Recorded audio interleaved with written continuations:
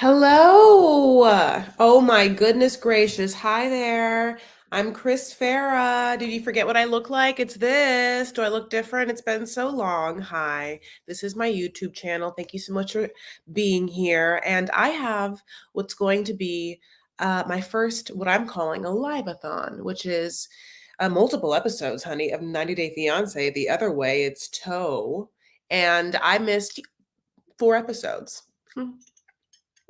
I labeled them in the YouTube title you see either below or below you wherever you are watching this. By the way, thank you so much for being here. If you haven't yet, please like this video or subscribe if you haven't, or dislike this video, but I think you're gonna like it. And we're gonna dive in.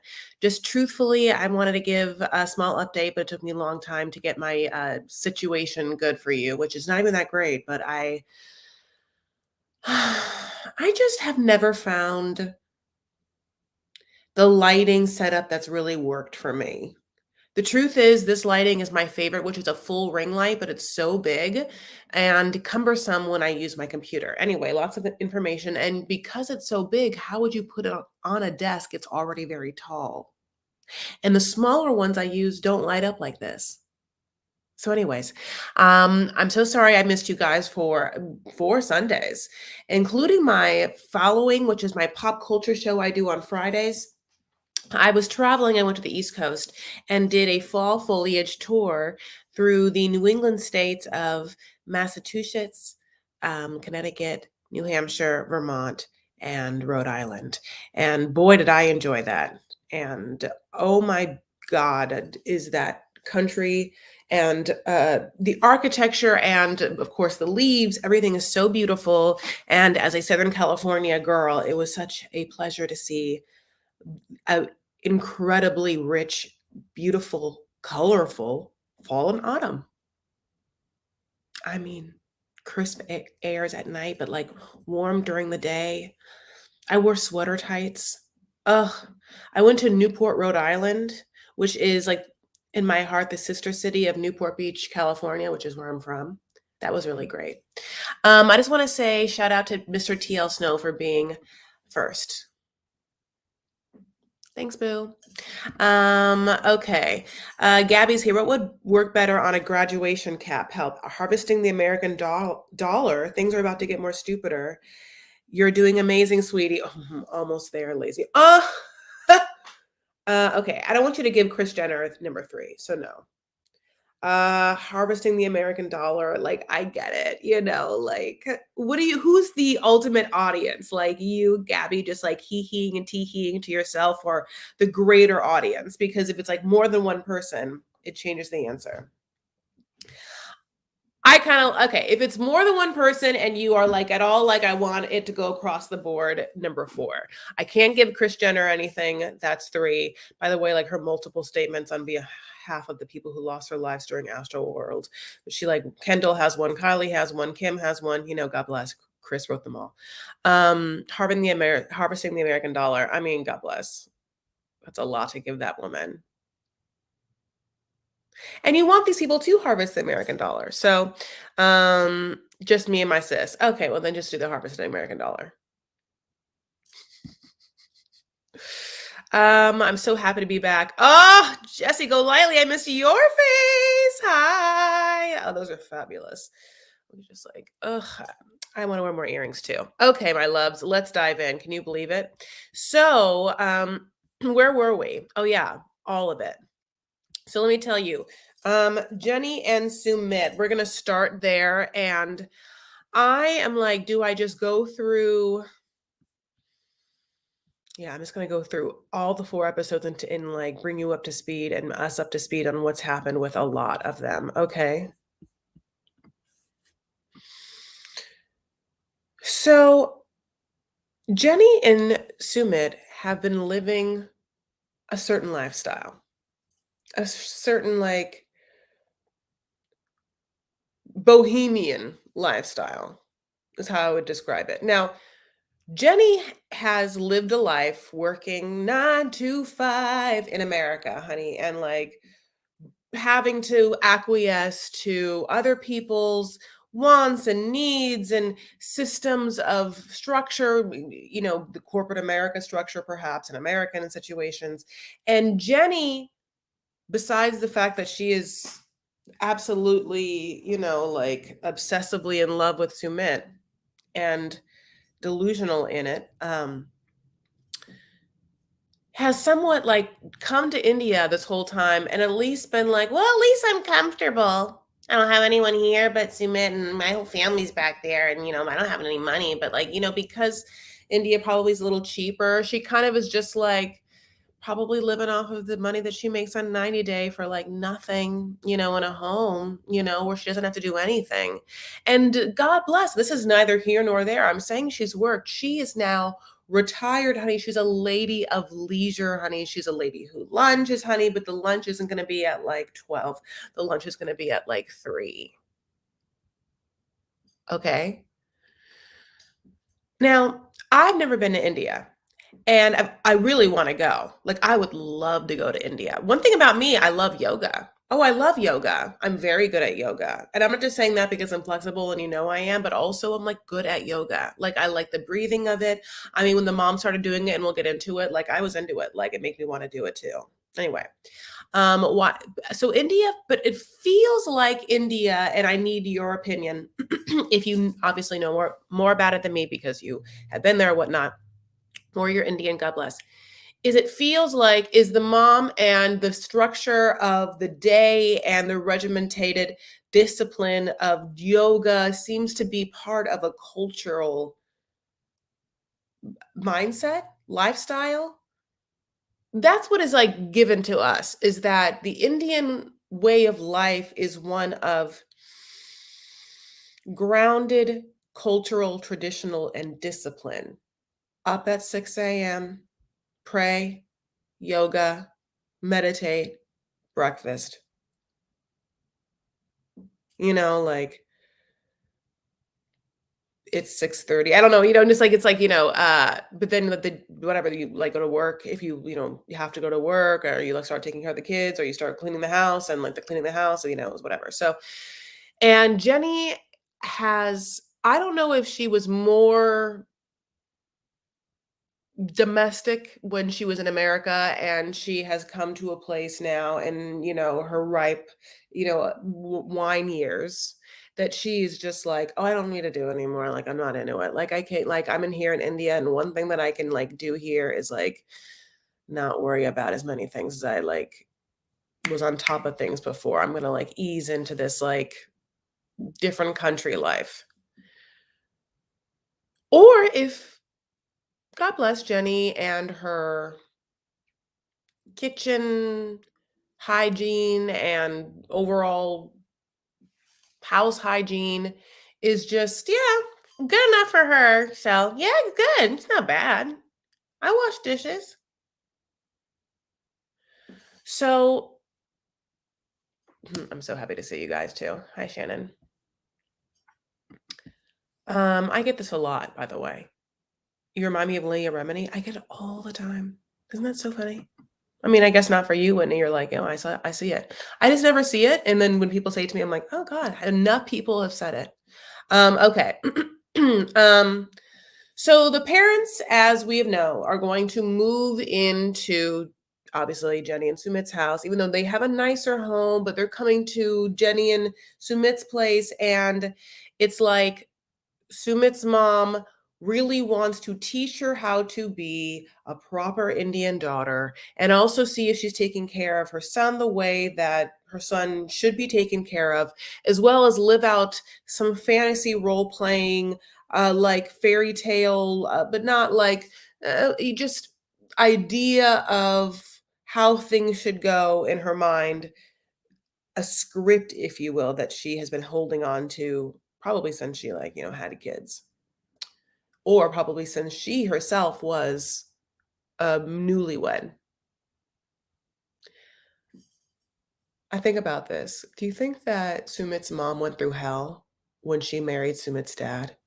And Sumit's dad's mom, her mother, her mother-in-law, like made her life a little bit of a living hell during the time that she had to like prove that she was like gonna be good enough for her to marry her son. And ever since then, she's like, "Oh, I can't wait to turn this around, honey. Oh, I'm gonna tear him apart." And then, right, like Sumit's brother gets married to that biddy, honey, and that biddy is like, I think that biddy's super cute and super traditional. And I bet that biddy came, honey, and like Sumit's mom was like, "Oh my God, she's great." No, maybe she made her life a living hell. Maybe there wasn't like anything to really pick on, like, here's the thing. Now, I'm going to say this and you're going to think this and whatever. If I was in a situation like Jenny, where I was in I would never be, and God bless, and I would hope that anyone that was a friend of anyone would be like, don't be in the situation. It's the same thing we would tell Ellie, which is run, run, run. But in a situation with Jenny where I'm in a relationship with a guy and it's really awkward and horrible and like years long, and he will marry me because he was married, ha ha ha, and his parents hate me and hate the fact that he's with me, and it's like made that clear and screamed in my face and all of it. If and I was saying yes along those lines to this situation, which is they're going to come here, I know I would, for my own pride, lick the house clean. That's the difference. I'd be like, "Oh my God, your parents are coming to my God, I hate this. All right, well, I'm going to spend the next 72 hours like is as if I took some sort of drug and scrub the entire place. She won't be able to say a thing. And if she says anything, I will look in her face and be like, I'll lick it right now. That's how clean it is. I'll lick it. Like, I mean, here's the thing. I'll probably never get married, so I can say all this to you. But I mean, what I'm saying, like, Jenny doesn't care though. So, right. So Jenny, says yes to them coming, moving in. They come in. The dad and the mom come in the house immediately. They like sit down. Their house is bigger. They're like, I don't know, I don't know why they would come and live in a house that's like not as nice as theirs. She doesn't know what it's going to look like, who's paying for the house, truly, truly. But it's one of those things where I know this moment true, where you sit down to someone's coffee table and it's stained and not wiped. And it reminds me of dorm rooms, the first apartments out of college, dudes apartments, probably up until they're like 32. I mean, in major metropolitan cities. I mean, the ones that I've like, I'm just saying honestly. There are some, of course, clean men. I'm not just like across the board. And of the clean men, like, God bless, a lot of them are gonna be like, "Hey, God bless," because, immaculate, immaculate. But at the same time, I know what that looks like, and I'm not gonna always blame men because in this situation, I think that Jenny obviously also doesn't see like, she doesn't care about wiping the table and the spots. It's just like, how much is a table in India? Like, it's but Jenny's mom is, like, not into it, and at the same time, even if there was something there, even if there were, like, stains, why not put one of the many beautiful Indian-looking, I am sure, tablecloths that exist? I mean, you are in a textile capital of the world. All there is beautiful drapes and beautiful cloths. You could really do something. I mean, I'm just saying, like, go get a pattern, make a match. I mean,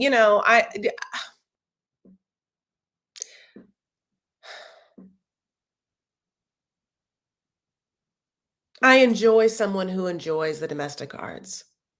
I'm not saying it's for everyone, it doesn't have to be, but someone who can just sort of live in disarray, you know, dirtiness and disarray, and like when I don't know. It makes me feel like I go back in my statement. I don't think that you can be someone who's on top of things like that and regress to such a state unless you're really truly going through it mentally, like some sort of, God bless, like dementia thing. I think that, Jenny's hygiene truly needed some gentle prodding. So here we are. Sumit's mom is like disgusted in every situation. Um, and, nice to see you, Hakoko Bang Bang. You haven't caught a live in a while. It's because I haven't done a live in a while. Ha ha ha. She is going through the kitchen, and Jenny again has washed dishes, but never put a dishes away. And then like things just are sitting on top of the sitting on top of the like parallel space, the like I don't want to say cabinet space, the like, sitting on top of the stuff. whatever, like the space that you'd be cooking and everything. And Sumit's mom's like, put those away, like put up shelves and put them above so you have counter space, like this is a shit show in here and it gives me anxiety. And how can you do anything in the kitchen is so important, to like cook for like my men, whatever, God bless. And Jenny just is like, oh, Jenny probably doesn't cook that much. I mean, she's just like, I'm past those years.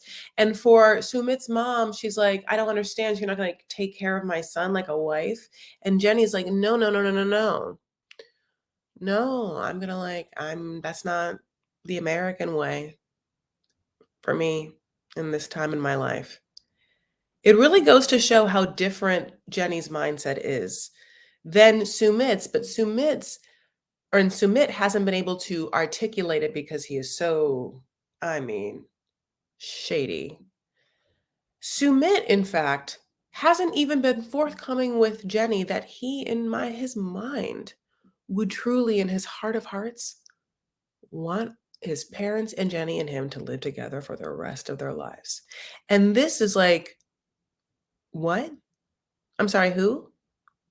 Why? Why would you? Why? You never mentioned that. We're talking about you want to live with your parents for the rest of your, what do you know, like me and you and them, a 4-bedroom house or whatever, like I can't do math. 3, I can't 2.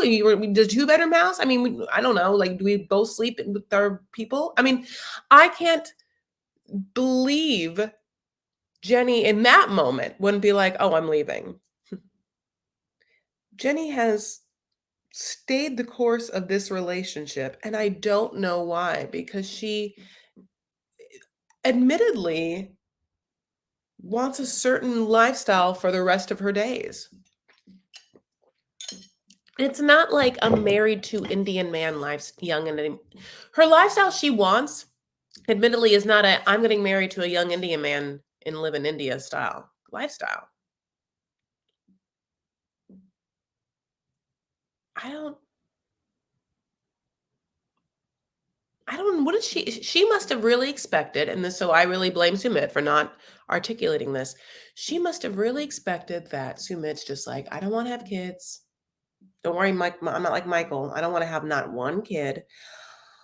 I hate my mom and everything I've grown up with and my dad and like the way they do things. I don't want to live with them. I'm so happy I'm not underneath their thumb anymore. They've told me what to do my whole life with the parents and then getting married to this other person, which I would assume, why wouldn't Jenny think this?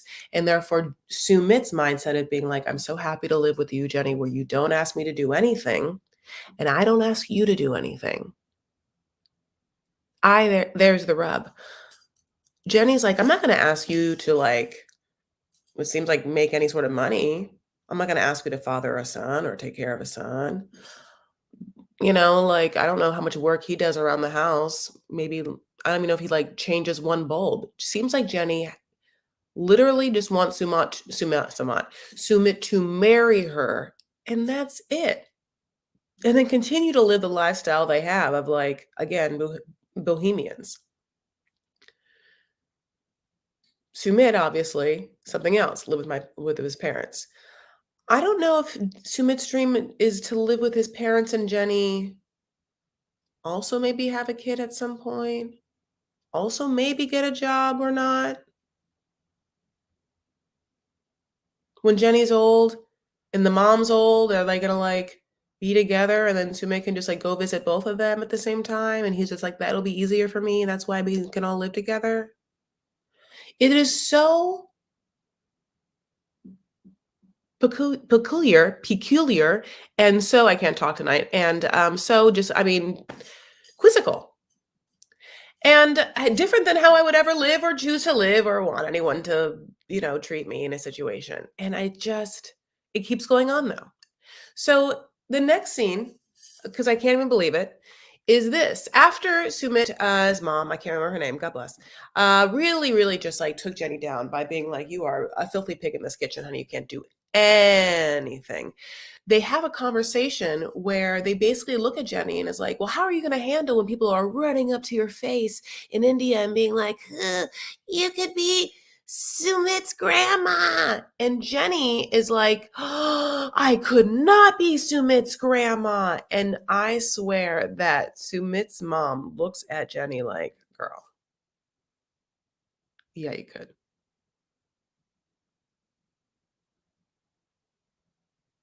Because you could be my mom.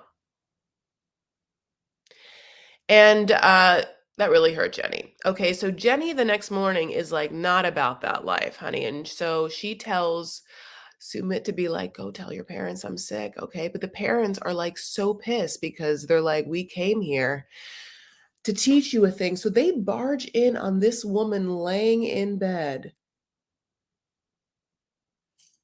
after hearing that that woman laying in bed, look at her again, had been up diarrheaing all night long, just all night long. Do you understand me? And like, oh, did I ring in the like, oh, I did. Okay, give me a second. I'm gonna have something funny for you. Oh, but I messed it up. It's so annoying. Um,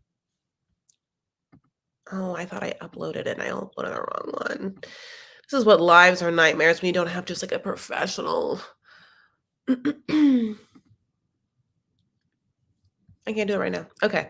Anyway, let me just tell you. So there was this conversation where they're like, Jenny was up all night, like, and she had like diarrhea. And like Sumit's mom was like, ugh, who cares? Honey, I've had 4 and 5 diarrheas. Doesn't stop me from getting up and doing my business. And her business, honey, is getting up at 6 and doing a bunch of yoga. So then Sumit's mom is like, get Jenny up. And they go and get her laying in bed like that. They pull this woman out of bed and it's like, get ready, shower. We're gonna like do our yoga and everything. Jenny takes like, I don't know, probably like 45 minutes, and Sumit's parents are not having it. They're outside like this. She's always gonna take this. Like, we're waiting out here. How rude is this? Much like, they're also like, she's faking it. She just wants to be dramatic. So then they all do yoga, honey. And Sumit's parents were like professional yoga teachers. They're doing it. Back bends. They're not even like setting Jenny up in such a way. They want her to do like full, what's that one you grab your ankles in the back? There's like, it's like a back bend into like, but it's very, very, it can be very releasing to your stomach. I can do it for you. I just forgot like the fancy Sanskrit name, but like standing bow. No, it's not standing bow, but like it's this. And then you have to go back and hold your ankles down here. I'm doing it on a chair. Okay. And it's like very hard. And I'm not even doing it right because you're really supposed to like bend in, but I'm doing it on a chair. Again, it was the worst idea I've ever had. Jenny can't do that. Not at all. And Sumit's mom is only too happy to be like, Jenny is grotesquely out of shape, honey, and I am not. Like, you look at me doing this, like she is rusty. And it's like, yes, she doesn't do yoga. Look at her. She never said she did yoga. You know what she said she probably did? She could do a Hare Krishna rosary. That's basically it. I mean, here's the thing. Like, Jenny has absolutely, besides wearing Indian looking garb, and again, going to that one Hare Krishna temple, has like exhibited absolutely no desire to like fully adopt an Indian lifestyle. Not ever. And she didn't even know it was required of her. And the fact that she even went along with this, the producers must have been like, this is what the storyline is. And I thankfully, like, that was a good call for the producers because some of these other storylines in these couples like are not nearly as exciting. And even if this is fake, it's fascinating. So after that, like, then the parents are like, we got this guy. We have an astrologer, and whatever he says, we believe. He is, I mean, across the board, never been wrong. We meet him, and this astrologer, like, I'm sorry, he looks good. His dad says, Sumit's dad says that this guy has been his astrologer for 30 years. So let's do the math. How old is this man?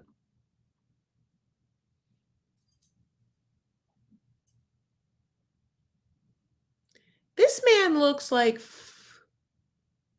50. So has he been Sumit's astrologer since he was 20? Or is this man like 84? And that's just how good he looks because of the good works he does. Because I am telling you, no other astrologer or no other psychic or no other fancy schmancy anyone or other, not even the one that the Tanya and Sinjin person went to, none of these people, not one of them, has ever done the astute work that this astrologer does. I mean, this astrologer is like, let me tell you, Sumit's mom. Are you a selfish mother? It seems to me like, yeah. And Sumit's mom's like, I am. I mean, that's all it takes. That's all it takes. Like, he just looks at Sumit's mom is like, you can't be doing what you're doing, honey. Let me tell you, this is destiny or not. Either one, don't get your like messy mess involved. All you're doing is getting resentment against you and your family. You're building a negativity. Your son's going to hate you. And if he leaves this woman, it's going to be on his own accord, not because of you. That's not your business. You know what your business is? This marriage. She's like, but when he's gonna get married to this like old hag, this grandma woman, and I'm not gonna have the kids. He can't have kids. He's like, that's again your son's business. It's his business. Just like get out of it. And Sumit's mom does. It clicks. Jenny is like astounded. She's like, whoa. And Sumit is astounded too. I mean, like everyone's just like, what? How did that? Who? I mean, it was otherworldly. So, I'm just making sure I got everything. I just want to say, like, the way we went from Sumit's mom, like, chastising her in the kitchen about not being able to cook right and calling her useless. At one point they like make naan together and like they're setting Jenny up because Jenny doesn't speak a lick of English and Sumit's mom doesn't really speak English. Wait, I just made that up. I'm sorry. Jenny doesn't speak a lick of Hindu and Sumit's mom doesn't speak a lick of English, truly. And so they're just in like a sitcom in this kitchen together, just like kind of being horrendous to Jenny. And Jenny's like, okay, I don't know. I just think I'm gross. I don't know. Like, what? You're just saying things to me in a language I don't know. This is a nightmare. Ugh. It made me feel bad for Jenny. It did. Like I think that I felt bad for her and I was like, I wish I didn't see this happening to anyone because it just really feels like I'm trying to like get something happening for us. Oh, that's what I did wrong.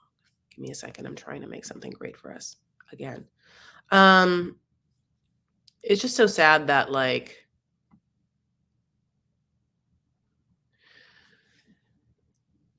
it's still not the end. So by that, I mean, even though I'm trying to get this over, there it is. Okay, open those. Okay, there. So then, okay, so after this conversation, where the astrologer tells Sumit's mom to just leave it alone, Sumit's mom's like, okay, right, like I'll just do it. Like you're right, I'll just stop. And it's like, thankfully, God bless. And but she's also, oh, that's her. That's what I wanted to show you before. She was like saying, like, even if I have 3 or 4 or 5 cases of diarrhea, I still do all my important business, like her yoga. So Sumit goes and hugs his mom, and the mom's like, great, great, great. Like, yeah, we won't stop you from getting married, but like, definitely not going to give her a blessing. This is not us at all, and absolutely not. And so then Sumit and Jenny like decide to go, like, I know this sounds crazy, like paintballing or whatever. I mean, and then Jenny's like, oh, now that your parents like want us to like, at least won't stop us getting married, let's get married. Like, when? And he's like, I don't know. And she's like, what do you mean I don't know? And he's like, well, now I have to get the astrologer, that one that did all our great things for us, to tell us the date. And Jenny's like, okay, but this is not like another excuse, right? It's just, you're just like the date, but like it's gonna happen. Like we can call the astrologer like tomorrow and get the date. And Jenny doesn't want to be like just looking like a fool with egg on her face. But honey, like a clown, I can't. Sumit in the previews from the next episodes like, hey, remember when I said like I didn't want to get married because like my whole like parents like said no thing and like they don't want me to get married. And then I said I wouldn't get married until like the astrologer like like would give us the date. What I really meant by all of that, which is I don't like marriage. She can't get around that. Yeah, like, I'm, like, traumatized with marriage, like, PTSD with marriage, like, remember that last time I got married to, like, that horrible situation before, like, you remember that? I don't wanna get married again, why would I be locked down like that? Okay, so, there's a lot to cover, so I will, definitely be looking down and see if I missed anything. So, this I actually fast forwarded, and thank you so much for camel pose. So, during the yoga scene, I swear to God, I fast forwarded this because I thought it was so disgusting, I almost dry heaved. During the yoga scene, Sumit's mom showcased a sinus cleansing, I put it down as a neti pot, process. Okay, which is that they put mustard oil drops in your nose. Okay, I mean, I don't know. Okay, like it should they, like, but I wouldn't do it. Like it says, like it's burning. Like, I don't know if it burns. Like is it like horseradish, like burning? I don't like that. But whatever. I wouldn't really true to want to do it. But you put that in your nose, and then you put a long, what looks like pipe cleaner slash like al dente spaghetti noodle into your nose, and then Wha makes you, it looks like you're gagging yourself, honey, like, I mean, it brings me, like, back to, like, days of being in college and being like, "I gotta go to bed, and I drink too much," you know what I'm saying? Like, because Sumit's mom gags herself to get this string from her nose out of her mouth like a sinus string pulley cleansing thing, and the entire time she is gagging. And I don't want to tell you, it's hard to watch. It's hard to watch for a bunch of reasons. I mean, it looks like I should not be watching it at all. It like, gagging across the board happens in private moments.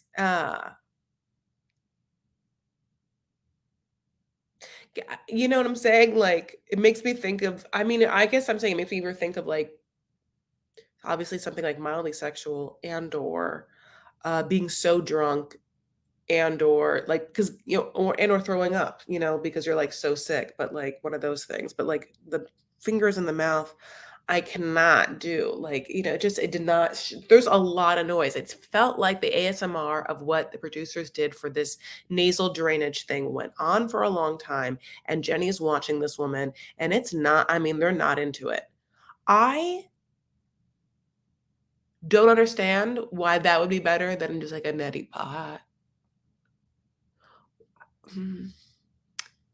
It has to do something. I don't think that what she's doing, because she's like her eyes are watering, right? She's like gagging again, like I'm saying, like, she's like, oh, like, there's like snot running out your nose. Like, I know when I don't know what you look like when you gag, honey, but I don't look good. It's bad. It's like very um jarring to my whole system, like I hate it. So to watch this woman do it is not great, and she does not look like she's happy, or if this is that great. Like, I don't understand the sinus drainage of it, because to me it would just make me have like more sinuses, like I would start to become like someone inflamed. I think I would just have to, I think that I would actually get a lot. So Jenny right here is like absolutely not. I can tell you that I don't even know if they offered Jenny to do it, or if Jenny had to say no, or if the dad did it. I think the dad might have done it, because once I heard the noises and realized it was going to keep going, I boop, boop, boop, boop, boop, booped. I just did. I just did. I don't know.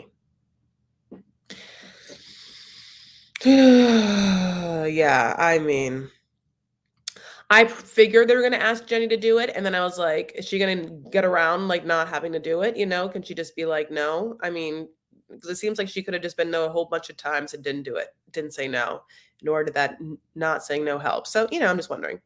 Um, so it was just interesting that Sumit at the end of the day, the takeaway was, like, to me, like, yeah, Sumit is not, it seemed like he wasn't happy with how Jenny and him were living. Because even if you say that Sumit was trying to, like, use his parents to, like, delay the marriage of him and Jenny, so there's a part of him that seems like he wants to get up early, and he wants, like, an Indian wife to be, like, up making tea, chai tea, and serving his friends and doing the yoga.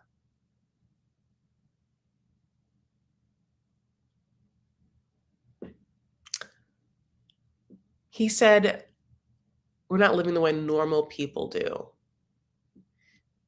And I thought we were all on board with, yeah, Sumit, and right. I mean, yeah, Sumit, yeah, you're not living how normal Indian people do for sure. Not at all. I mean, I thought we talked about this. I mean, I thought that you understood that. If you wanted to have continued living the way normal Indian people do, and your mom happy and everything like that, why don't you just like continue being married to like this woman that was an arranged marriage with you? I don't understand if it was like this woman was so horrible to him or something, or if he was just so selfish, but it doesn't make a sense that he would eschew only her, but not everything else about his mom or the lifestyle or wanting an Indian-esque wife or wanting someone to like be like his mom. It's so interesting.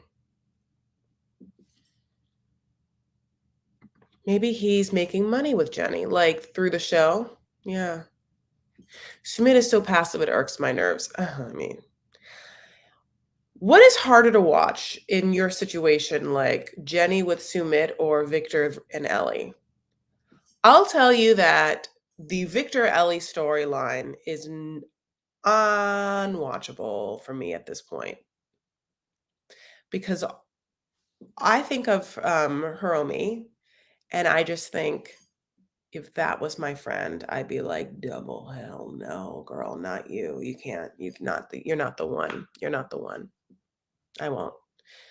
So I think we should just move on to them. But I just wanted to give you guys a heads up that that's where I was going to go and see if I'm missing any other crazy thing about Sumit and Jenny. Yeah, they do that paint thing, and then Sumit's like, won't commit to like getting married to Jenny. It's crazy. Could you imagine if like Jenny and Alina from Stephen and Avi got together? They were like, Stephen, like Alina's like so pissed that Stephen with Avi won't marry her in like 1 second. Jenny's been waiting like 14 years.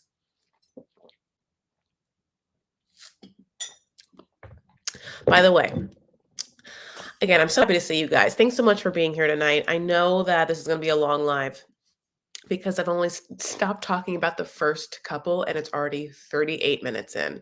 Okay. I will do them. Well, how am I going to do that? Did I start talking about this episode pretty much early when I started this recap? I just have been talking about them for so long since 4 episodes. Well, what can you do? But yeah. Okay. So we're moving on. Victor and Ellie.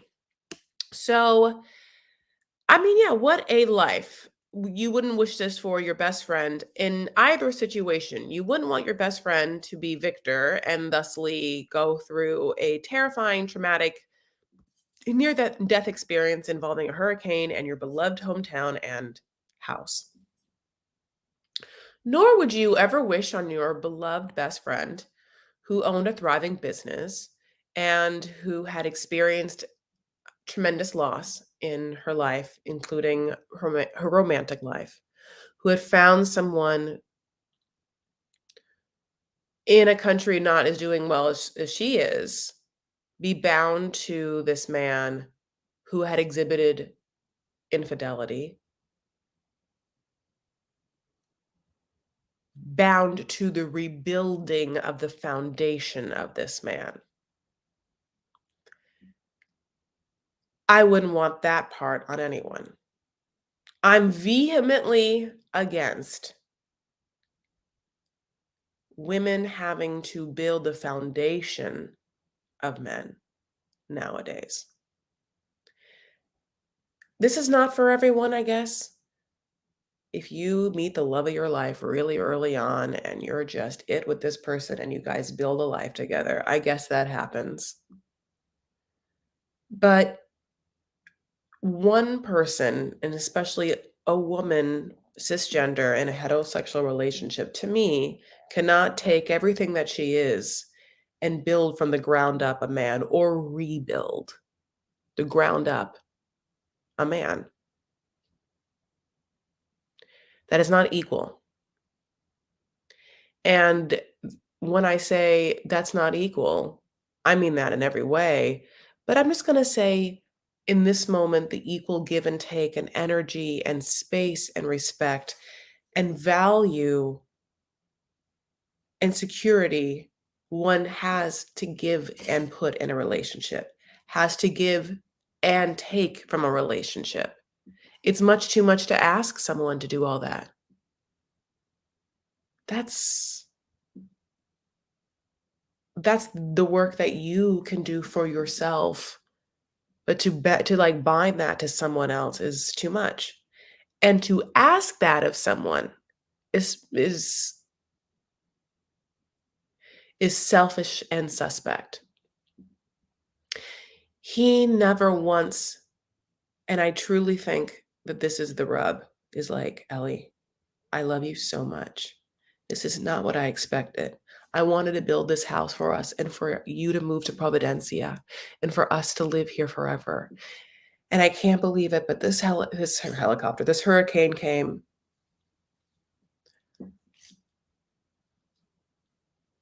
I love you so much. I want to give you this opportunity.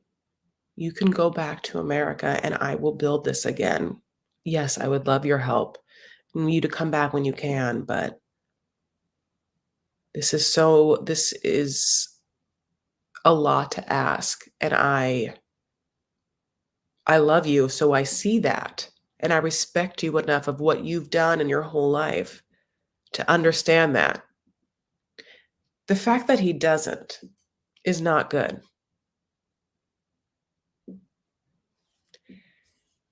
And so from that moment,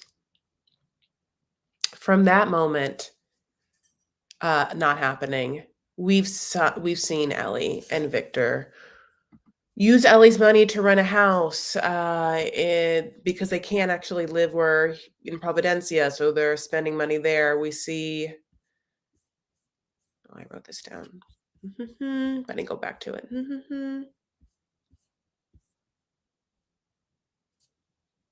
We see Ellie and Victor talk about money a lot, whether she likes the smell of his cheap cologne, whether he has clothes around that doesn't seem that he cares that they're going to be washed, or whether he's just going to buy new clothes. But specifically, a lot of questionable things happen in the episode before this last one. Ellie confronts Victor about the infidelity situation where he basically moved in with someone and promised her the world, and that woman was giving him money and he says that she wasn't, but that woman had contacted Ellie and said that he had asked for a motorcycle, which was something that Adol also asked Ellie for. So she knew he wanted it, which is specific, a motorcycle. No one's asked me for a motorcycle. You know what I'm saying?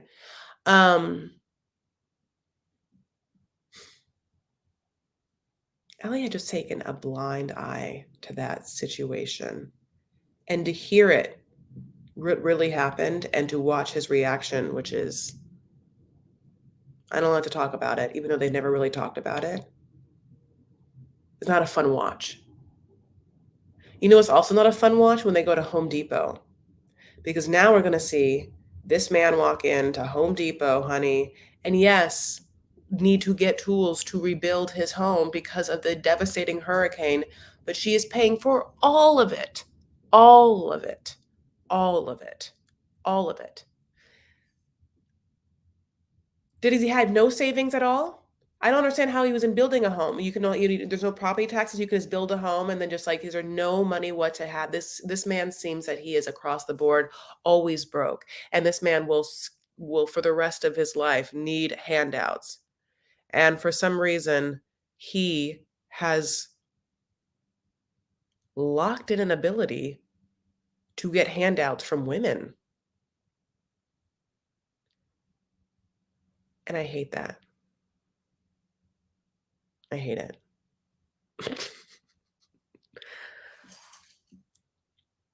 Makes me like so mad. I hate the idea of men scamming women. Like, boils my blood. You gotta sell a lot of oh, Lisa! You gotta sell a lot of pizza to fix a hurricane. I just there's no savings to be had. I mean, I don't have to tell you, I get like, was there money in the mattress and it all got wet? I hate to say this, Lisa, but it's like, you can't have me go into Home Depot and have to buy everything. And of course, yeah, he's not looking at the price at all of things like drills. He wants like whatever he wants. And she's like, okay, well, how much is that? And they're like $300. She's like, $300. He's like, yeah, and we need a generator. She's like, no. No, and I have to say no. I have to be the one that's the bad guy because I'm not gonna give you all of my money because you won't even ask how expensive things are, nor do you even care. It's not even your money.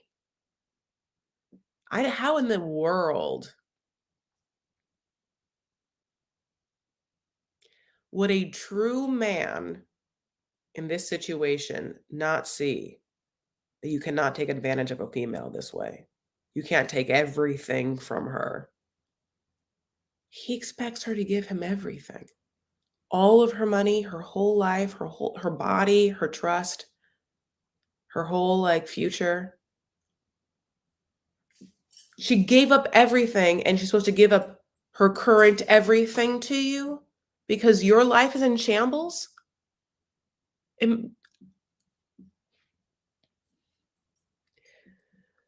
At this point, I still feel empathy for him, obviously, because I don't want to be anyone to be in that kinda situation where you have a hurricane, like, come and take away everything.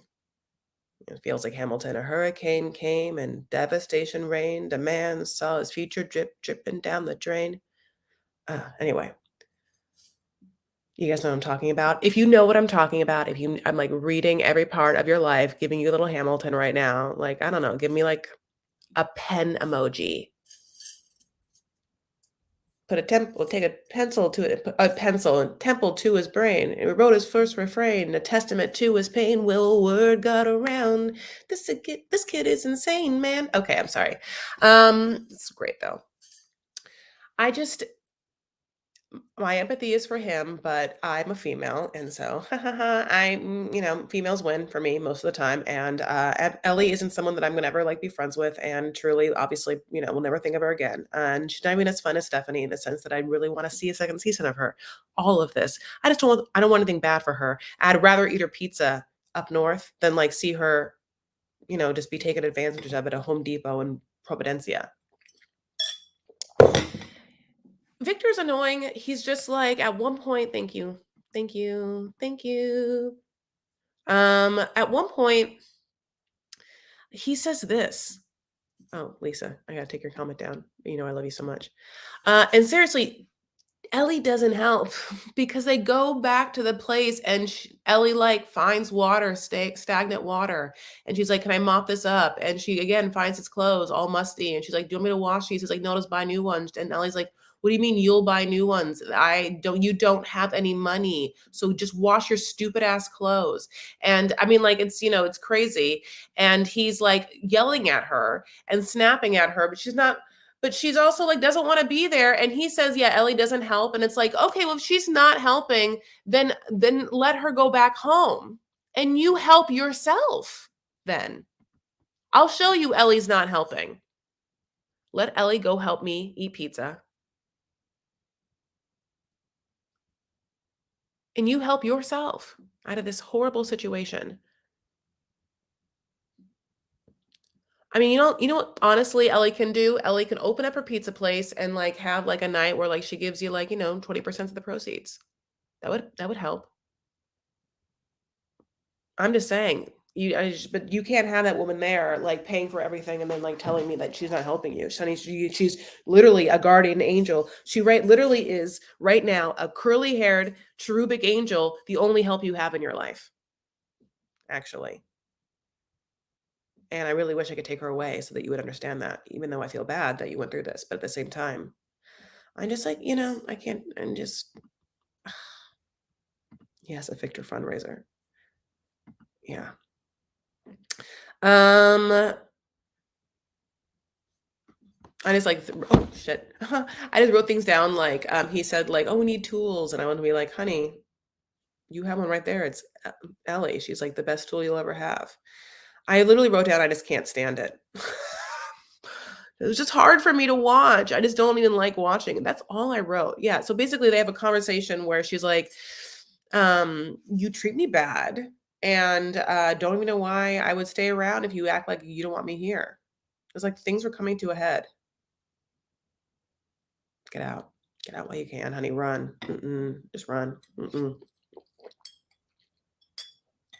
Victor has to like get his life together. I mean, I don't know what to tell you. Can I be honest? At this point, Victor, if that other girl that you cheated on Ellie with, if she still has a house, just go to that house, honey. Just go to that house. And leave my girl alone. Let her make like a wood-fired flatbread, honey, on her own accord back home. Lisa. Not her country, not her hurricane. Clearly not her man. Like all the baby men on the show. Yeah, absolutely not. Okay, so next Kupal. I really I kind of want to get rid of another like dumb couple I don't care about. And that's gonna be Corey and Evelyn. Just like I don't wanna just wanna like check them off the list. I also feel like if I don't talk about Corey and Evelyn now and I'm even thinking about them, I'll forget they even happened. Okay. So we start off my baby boos. Oh, you know what? I forgot a whole thing. Oh, there it is. Oh yeah, okay. So we start off with the fact that Evelyn has kicked Corey out of her life and doesn't want to get married to him now or wants to divorce him, because of the fact that she found out that he had lied about the nature of his relationship with this girl named Jenny, who Evelyn, for some reason, is very mad at. Refuses, for some reason, just keeps calling her like a whore. This girl, not Corey. And that's also a pet peeve of mine. I hate when people do that. So basically, at this point, Corey is like living on the patio front porch of Evelyn's place, like passing her notes. You know what I'm saying? Like they're in 7th grade, like in algebra, underneath the door. Oh, I also wrote this. Yeah, she calls her a whore. Jenny at one point also that thing. Like it's so crazy to me. Like why Jenny? Why wouldn't that all be like hatred toward your husband? Jenny wasn't your husband. Corey was your husband. Corey's the one that was married to you. Corey's the one that like put his peenie inside Jenny over and over again. Ugh, anyway, so after the promise notes, okay, Corey goes on the side of the road and picks like free bougainvilleas, and then like takes them to Jenny, and like Jenny for some reason accepts them. She like is like, "Thanks for the flowers," and walks in, and at that moment, I was like, I never wanna see this couple again." But the next scene, I mean, like, this is so fake and truly just, like, annoying to me. So the next scene is that then he's making burgers, and the way he makes these burgers is, like, mustard and ground beef together, smushed together, and he sort of, like, burns them, okay? And then they decide from those burgers, like, go to like a therapist or something. I might be getting this like wrong, but a therapist and them like talk. And then Evelyn's like, the thing that I'm so mad about is that when he moved out of the house after we were married, and then he was like meeting Jenny. The day he met Jenny, I got in a car accident and I called him. And instead of him getting on a plane and coming back to me, he stayed with Jenny. And then I said, "Is that the day you met Jenny?" And he said, "No." But then later on in an Instagram story, I heard Jenny's voice and him talking to Jenny in the background. And I knew that he had lied to me or something. I can't even believe I did that for you. Corey's voice, like, "Yeah, I did." I mean, I'm not quite sure. Okay. So then after that, dumbass thing, and she cries, honey, or whatever, and Corey's like, "I'm so sorry," and, like, you're just like, "Ugh, I can't believe this." Then she just decides to let him move back into the apartment, and get this, he's like, "Okay, and I'll pay half the rent." Corey doesn't even pay all the rent for him and Evelyn.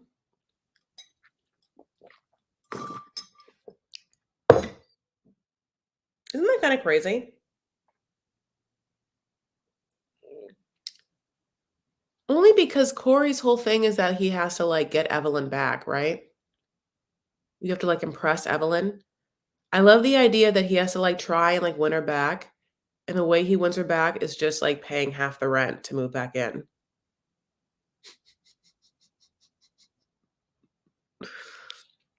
Oh, Mickey's here! Yay! Oh, I'm so happy. I agree with Shay, I can't stand it. Corey's voice is so high, I'm just like that's it with them. I mean, like, we'll see what happens. I don't care. I mean, I really am. I just like if I never see them again, that's fine. And this is, I think, maybe one of the truly the first full season I've ever seen of them. I just their back and forth is just not interesting. Them as a couple is not charming. Are not charming. They are not charming. So they're not charming as a couple. So I don't like them as a couple, and I definitely don't like them by themselves.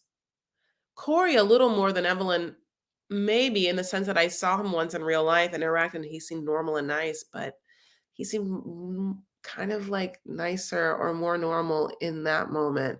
And he's obnoxious, the character that he plays on TV. Or this is him. You know what I'm saying? Like if this is true version, which I wouldn't know, so I met him only one time.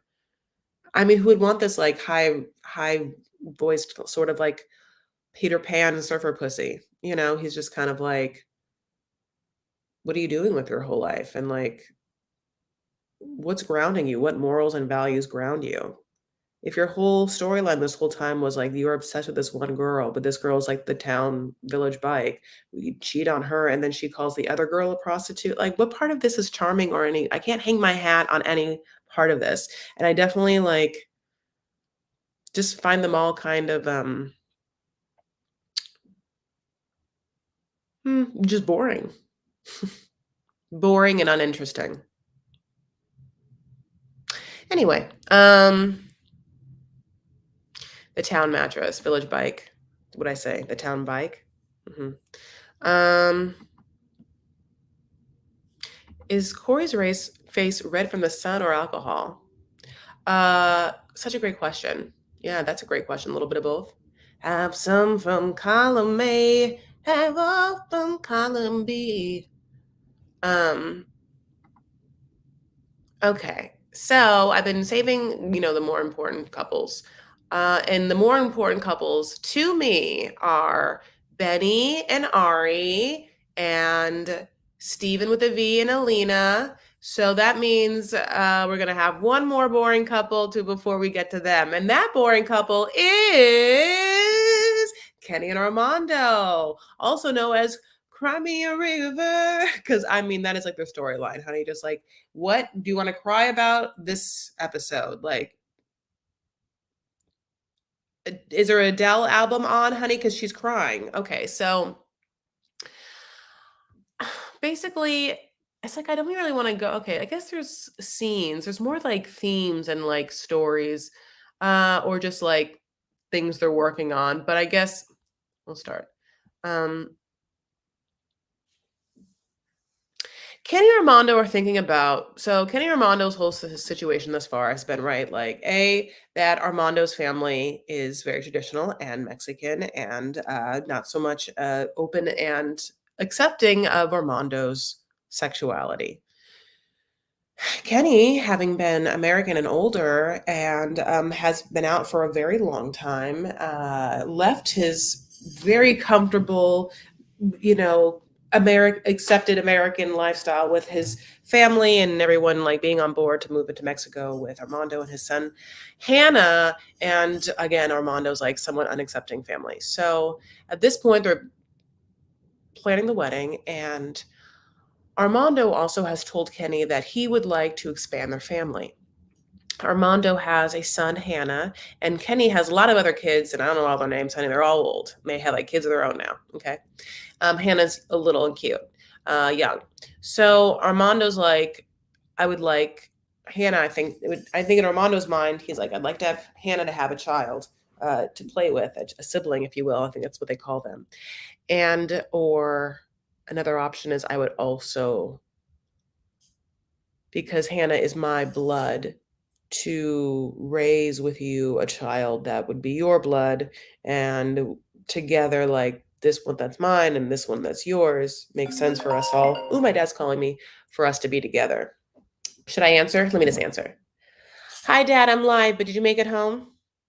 I'm at the ranch. Yeah. I stopped by Albertsons to pick up some stuff. Mm-hmm.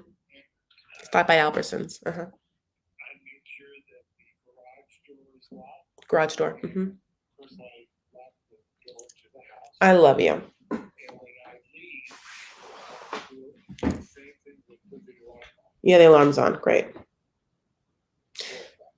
I love it. I love to hear it, Dad. That makes me happy. Are you going to go to bed?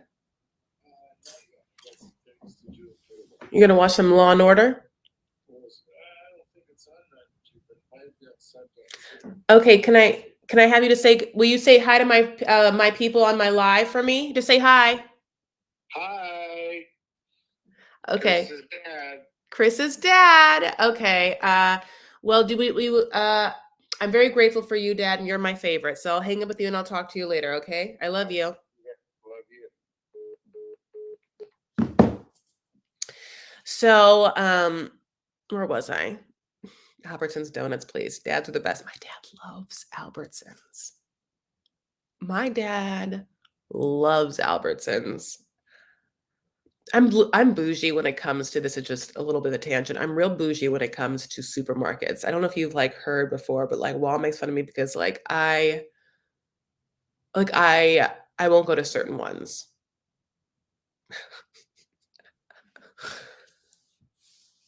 Like I won't go inside like a Stater Brothers. Okay. I'll go inside a Ralph's, and of course I have before, but I am upset anytime I'm in a Ralph's. I don't like it. I don't like Ralph's. Used to be good, now it's bad.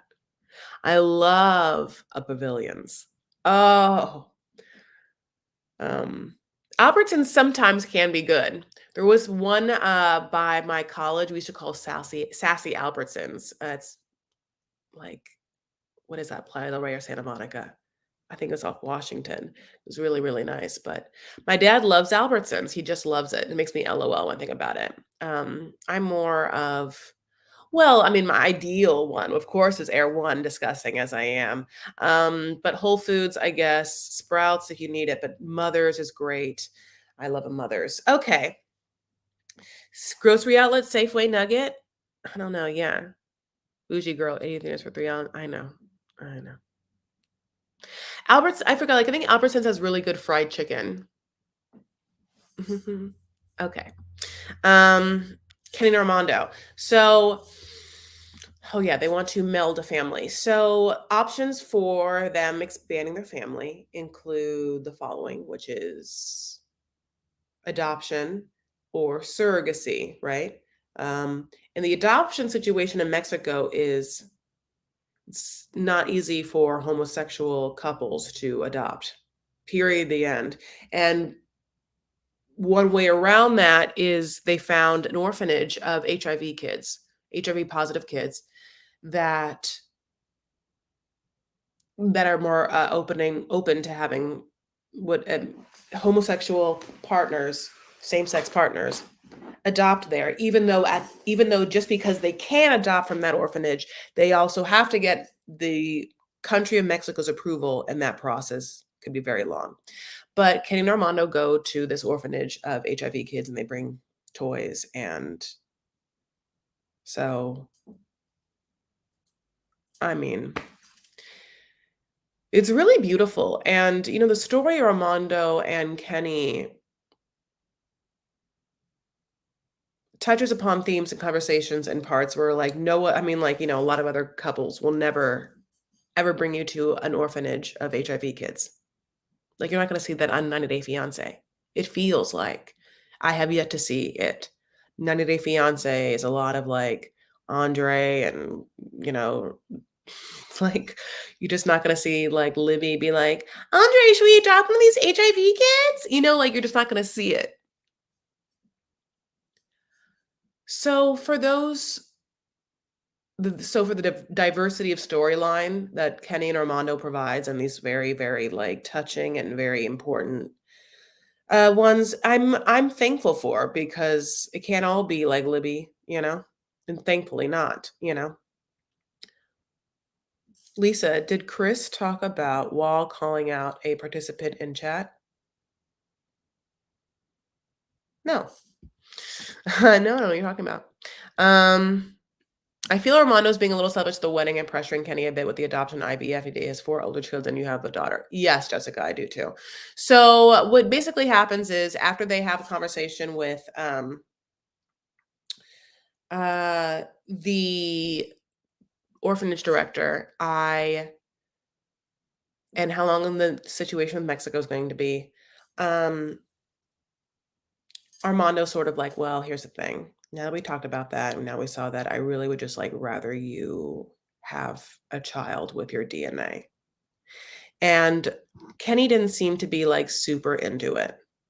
And Kenny has given up like a lot to be here thus far because he like sort of gave up his whole life and his whole family to like move to this country and doesn't really have any support and was like raising like a child in Cooper. And God bless, Kenny wanted like basically one thing. He wants to get married at sunset.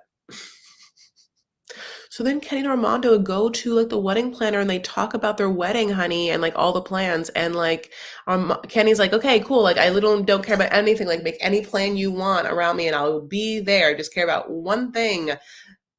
Vows at sunset. And right away, right away, Armando and the wedding coordinators are like, no, it's cool. No, you can't do it. No, I'm so sorry. Like, that doesn't make any sense. We have like 17-hour weddings here. And if you like have the ceremony at sunset, like it's already gonna be sunset. Like you can't have like 17 hours after sunset. And Armando hears this and is like, yeah, all right. Yeah, totally. And Kenny's like, no, no. Wait, come again? Why can't I just do what I want? Or why can't you just change things for what I want? Or why can't I just find a different way or at least give me an option or like have someone at least answer a question or really think about if there's any possible way for me to get the one thing I want and no one really does. You know what I'm saying? So I scrolled it down. Oh, I didn't write anything down. I stopped taking notes about them only because I remember I would just remember. So after that situation, they're now getting ready for the wedding. The wedding is here. So that involves the families coming together. And in that situation, we get Kenny, who is going to get his family to come in, including his daughter and his son Cooper. And again, he had a very close relationship with Cooper, to come in for the wedding. And with Armando, it's been this back and forth, whether his father's going to show up. He calls the dad, and the dad's like, no. He texts the dad doesn't answer. And it's like, is the dad going to come or not? The dad's like, doesn't want to come. And there's some really beautiful moments. So one beautiful moment is Cooper and Kenny's reunion is really, really sweet because we remember when they left each other, how sad it was. And Kenny was like, I want to make sure that he remembers me. And it's really important. Oh, I wrote that down. Oh, there it is.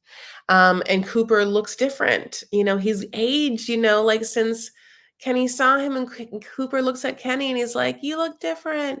And then they go home and you see this cute moment where they're almost going to walk into their beautiful condo villa that they're staying in. And Kenny is like, this is our cat.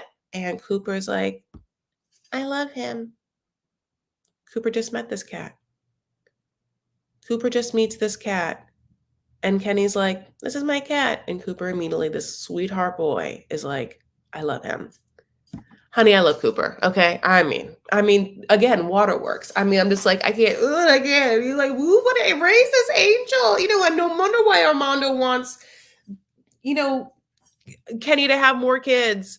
Armando must FaceTime with Cooper and just like, I want a Cooper. I love this Hannah. Maybe I think Armando wants more kids. And I think that he'd feel sad if he was like, kind of like, if he was just like, it's always my sperm, maybe.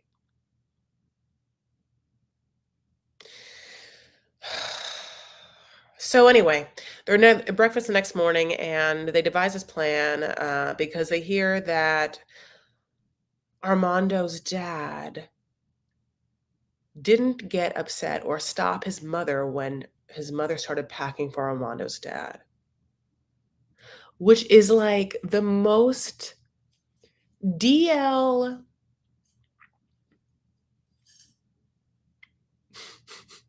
like traditional kind of OG old school way a woman would deal with a husband who she wanted him to do something and he wasn't doing it and she wanted to give him a nudge in such a way. I love the idea of Armando's mom just taking out this suitcase and like the camera like you is Armando's dad and her just being like getting his jacket.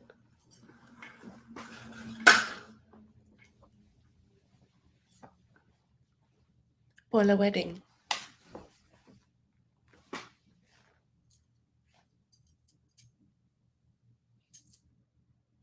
Ah, nada. Bueno. I'm horrible Spanish, but like I love the idea of her just like packing like a blazer for him and just his eyes knowing exactly what she's doing and them having this eye contact. He says nothing, but in that moment, I fantasize this like she knows that he knows that he's going to this wedding. He allows it. And then she puts the bag in the car or whatever, and he gets in the car. No questions asked. Because she has made the decision. I don't know. Does that make sense?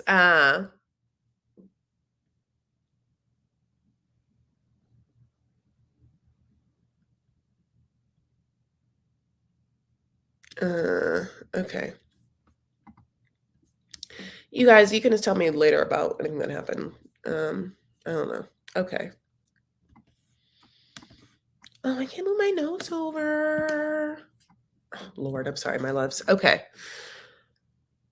think I said everything about that. I did. Okay, so yeah, basically, in the previews coming up, Kenny tells his kids that, Armando wants to like have a child with Kenny's sperm or Kenny's DNA, and I don't think Kenny's kids are happy about it. No. It's interesting because Kenny's really throwing down with the whole like I'm homesick thing, like, and I get it. And I can't quite remember why we're in Mexico, other than the fact that that's where Armando wanted to be. Maybe because Hannah was young, which it could be. I'm just saying, like, I don't remember the exact reason, if we had one, why they picked Mexico as being their home base. But it seems like they are angling for us to understand that they're going to move to America. Like, I'm picking up what you're putting down. No, I think that gives too much power to the wife. I think the guy is the king. Mickey, you ever hear that thing like, wait. I think someone said this, like, it's, Lisa, did you say this once where, like, guys can think they're the head of the household, but the woman's the neck? And, like, the head only looks where the neck's pointing? It's something like that.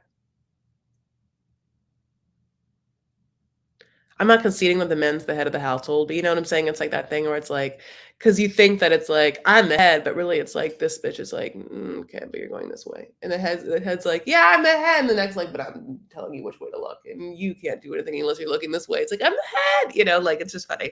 I probably just made myself look like a double chin nightmare just then. But for comedic effect. And that's why you're here paying me the big bucks, honey. Um, Okay, let's get into the last two couples that I've been teasing all night long. All night long. Let's start with Benny and Ari. So, Avi and Ari land in the US. And at this point, we are now getting like a lot of great shots of Avi. And Avi is the perfect age. I love this age so much. It's the sack of potato age, where Avi is like this, just like well, a sack of potatoes. They're the baby age when they're not super fragile as much and they're just like kind of heavy and they just can just flop around and they're just like chunky, and he's so cute. Like that Avi is adorable. Sometimes I have this thing where I'm like, oh, I think sometimes, especially firstborn, like if you're a firstborn son, you'll look like the mom. If you're a firstborn daughter, you'll look like the dad. But in this case, Avi to me looks just like Binyam. Absolutely. Those eyes and everything. I mean, that looks nothing like Ari to me. But he's so cute. What a what a beautiful little boy. This baby's cute. Like I think I do have pictures. I like a cute baby. Okay, look at that baby. Oh, he's so cute. Okay. So basically, um, Ari and again, Avi get back into Ari's life, which is living with her parents and having her family members around her. And she sort of has like her family has somewhat of a weird attitude with her, which is basically her sister's like, all right, well, now that you've had your stupid fun games of just like traipsing around the world and getting knocked up by weird foreign men, you can move back here now. Like her it's very much like you've messed up your whole life. We just are so sick of watching you just make bad, horrible choice after bad, horrible choice. Just wake up, let's be real, and just do what we want you to do. Finally. It's very much like that. And Ari hears all that. And like a month goes by, and this baby is like not gotten operated on quite yet, but Ari has.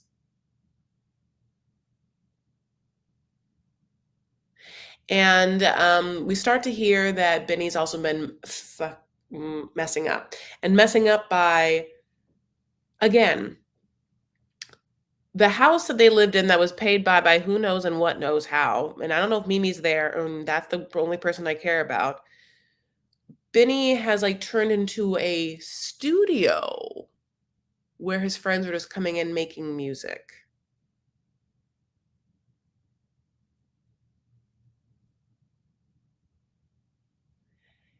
And Benny is like, "This is what it is. It's people doing music. It's the biz. It's work." Meanwhile, I'd be like, "Oh, okay, when have you made money? Where's the money then you're making from all this work? If it's not making money, it's not work." Who's paying for anything? That's like I think that's also with Alina and Steven also. I'm just like, who's paying? How are you gonna like live? Who's paying for you guys? Is it that yeah, like I don't know, like who's gonna pay for this apartment? Who's paying for like these session situations? Was Ari's parents still paying for the apartment, like even when she left? Is Benny thinking that he's going to just like do whatever he wants to do and she's still gonna come back and still gonna live in that apartment? For some reason, Ari gets word from people, I guess, close to Benny, how he's not been acting right, including his own sisters, I guess. I'm not quite sure, but maybe. I'm not quite sure. She said one of their names, honey. I'm not quite sure. But basically, that he's like out every night drinking, and there's people at the house all the time, and including girls that it's the same girls. And also, her iCloud account is linked such with his that she can see text messages and new pictures.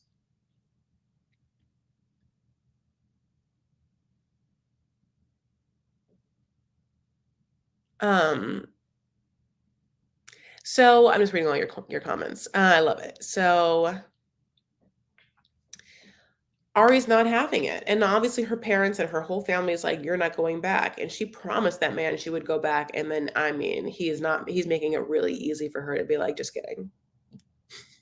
He's doing it like, he's like, what an interesting situation, because it seems to me that their relationship was absolutely doomed the moment the season started, and that's why she invited Leandro into their home. That also seems somewhat disrespectful to invite into your home. Mhm. That he probably didn't want that foreign visitor there either, that he didn't have any, like, say in that situation, but she did. So it made that part made me feel like if you're gonna disrespect Benny in that way so early on in the season, it makes me feel like you were already feeling somewhat disrespected or you are crazy or whatever. But it seems to me like they're both kind of crazy. So Benny, for some reason, now fast forward after having her leave and having her promise that he'll come back and seem like he's going to be heartbroken if she doesn't come back, makes her life really easy by making that choice incredibly clear by cheating on her left and right. And like the whole town knows. Just having like many people in that house sleep over in the house, pictures of like people in their room. And he just turns off his phone, just turns it off for hours on a time.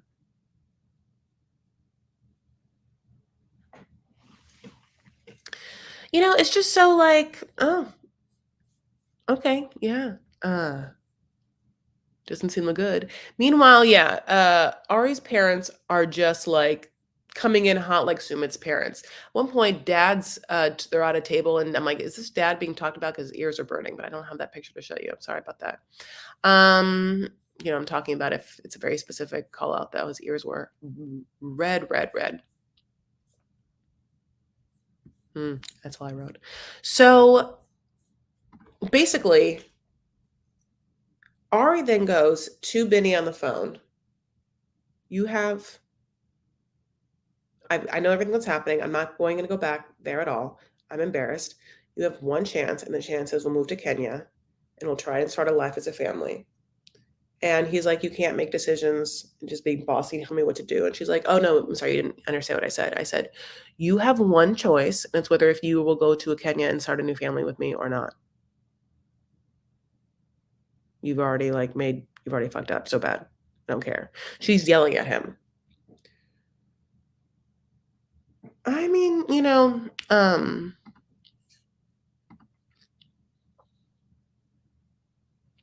she's really upset. She does say this about Benny. He doesn't seem like the same person that I left when I left Ethiopia. And many, many people on Twitter went in on her for this, mostly because, she got a lot of work done from this from this moment, and this moment is the third step from this moment. But you can see that even. This is her like Clarissa Explains It All look. This is very Clarissa Explains It All.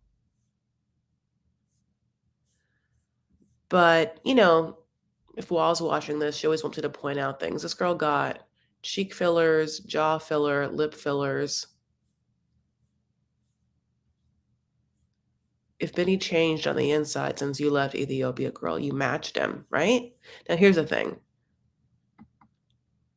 Absolutely no shame. Totally no shame.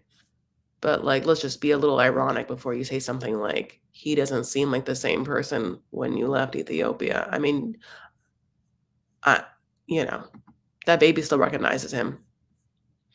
Him with the baby is awfully cute. When he does, decide to get his ass to Ethiopia. I'm sorry, to Kenya, which does look beautiful. And by the way, so does Ari's mom. So excited to be there. This baby is super happy to see him. He's throwing that baby up and down. That baby's so happy. That baby's like trying to punch him, but like in that baby way, he loves it. Oh, it's so cute. She looks like she's using something more than plastic surgery to me.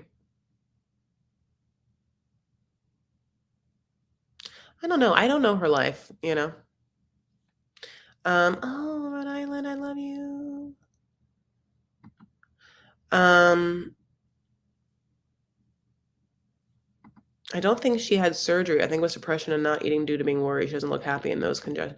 Yeah, I mean, she's had some facial surgery for sure.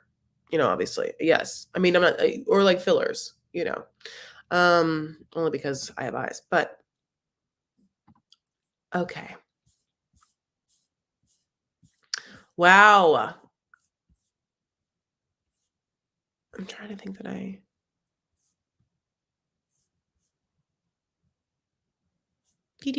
I'm reading all my notes. I didn't put them all together in the best possible way, and I'm really sorry about that. I don't know what's gonna happen. So basically, when he gets to Kenya, it's very obvious that they are like there's no love lost between them. Like they are not into it. The mom's there as like a buffer. She won't even look at Benya. Like Benya, there's no like they hate each other. It seems like she's so upset.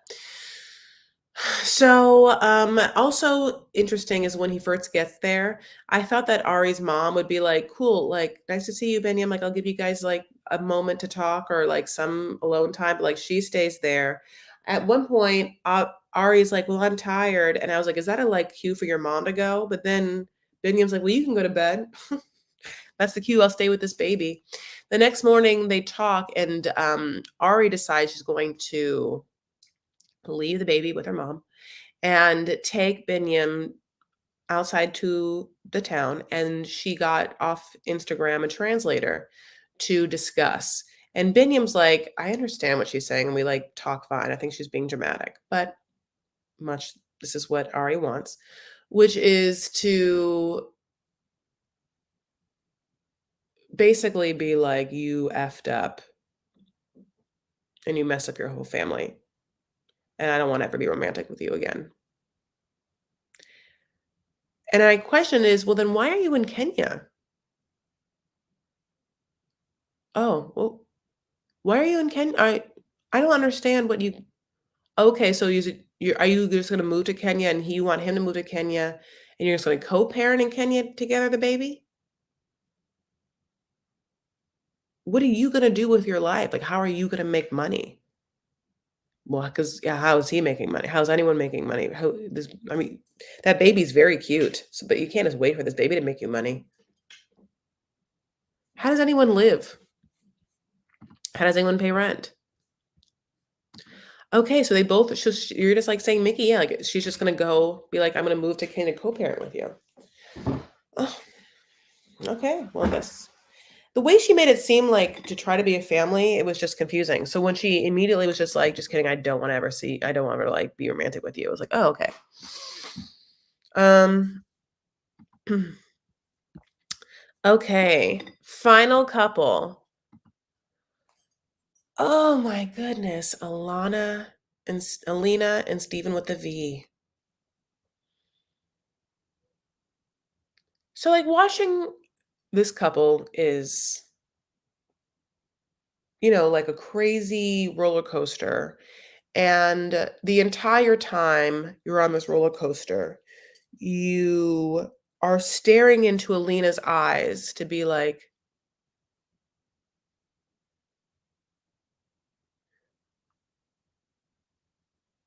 do you see what I see? Feels like I made this joke already, but like, straight up. Do you see what I see? A child. In a boy's body, this man can't give you anything he can give you. I mean, like, you're just like, what? He's quite an interesting character, truly. I wouldn't, and in a different way than Victor, I wouldn't wish him on my worst enemy. I just, uh, as a lover, I think he'd be fascinating to have a conversation with, and especially if there was an easy exit for me. Steven with a V is just like, whenever he is just, honey, he's just like traipsing around this town, honey, Turkey, and living this life in general, which is just like not in a reality that I've ever experienced. And so a lot of you just watch him and the editors do such a job of just like, he's intrinsically immature, childlike, with propensity to douse himself in water and crave snacks like fruit snacks or like, and I love a fruit snack. This guy's a real Don Juan, needs salvation and a long talk with his bishop. He's not living by LDS 10. Of course not. I mean, the most, I'll be honest, is so funny. You guys, speaking of men that don't live by like religious tenet, I made such a mistake. I ended up saying yes to like a last minute meetup for drinks with someone who ended up being like an alumni of like my high school. And in his profile, dating profile, he spoke of being like a liberal Christian, which spoke to me because I was like, oh, okay. He has conviction about certain things, but he has a grounded reality about not being a hypocrite about other things that I find to be somewhat hypocritical when it comes to religious types, especially, in the current climate of Christianity and politics. Okay. This man just kept talking about being a Christian in the way that Stephen talks about being an LDS person, and this man, when I met him, was drunk. When I showed up, he was a little drunk, and I tried to move past it by thinking that if he ordered something food-wise, it'd be a little better, and it didn't get better, and I should have left, and he got handsy and vulgar, and I've never had someone, like, tell me like, ask me if I went to church on Sundays and, like, made sure like, ask me questions where I'm like, "Oh, he's, like, a good guy." I purely just dumbly assumed that this person could be a quote unquote "good guy" because he subscribed to a religion that I'm not even, like, super crazy about. Just in this moment, I sort of was like, "I just don't wanna be dicked over. I just kinda wanna, like, meet some guy that's not gonna be like, 'Awooga,' or whatever," and basically he was. And so I feel like yeah, there is no assumption of safety.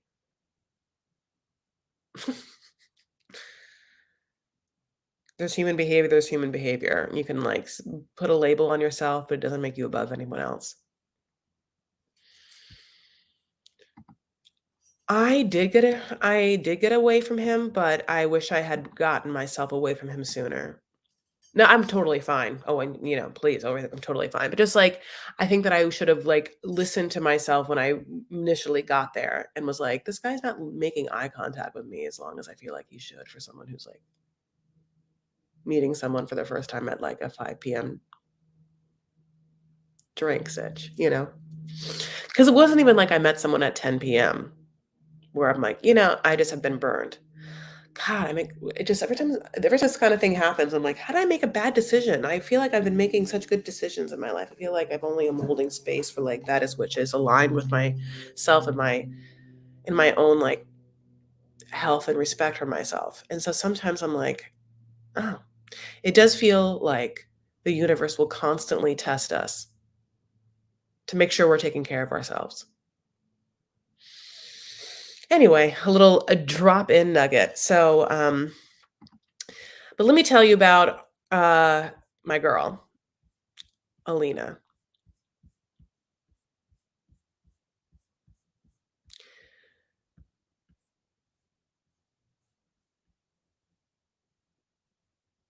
So okay, is this the same note I just over here? Oh, yeah, I'm sorry, my loves, I don't wanna say what I already said. Um So basically, Alina's mom is in town, right? And Alina's mom is there to sniff out Steven. And Steven has just pretty much come clean with the fact that he is not a virgin. And that whole time that he was talking to Alina, and especially after they met, he still boned women and still's been boning women and like talks to people on social media and his social media accounts and is just like in it to win it when it comes to just like putting his peenie in everything. Like Steven's like, look, like straight up, like, I know I shouldn't do it, so I didn't do it for a long time, and then once I did it, it was just like I wanna always do it. Steven just has been like a little rabbit, honey, like Jack Rabbit around Utah, honey. I mean, he loves it.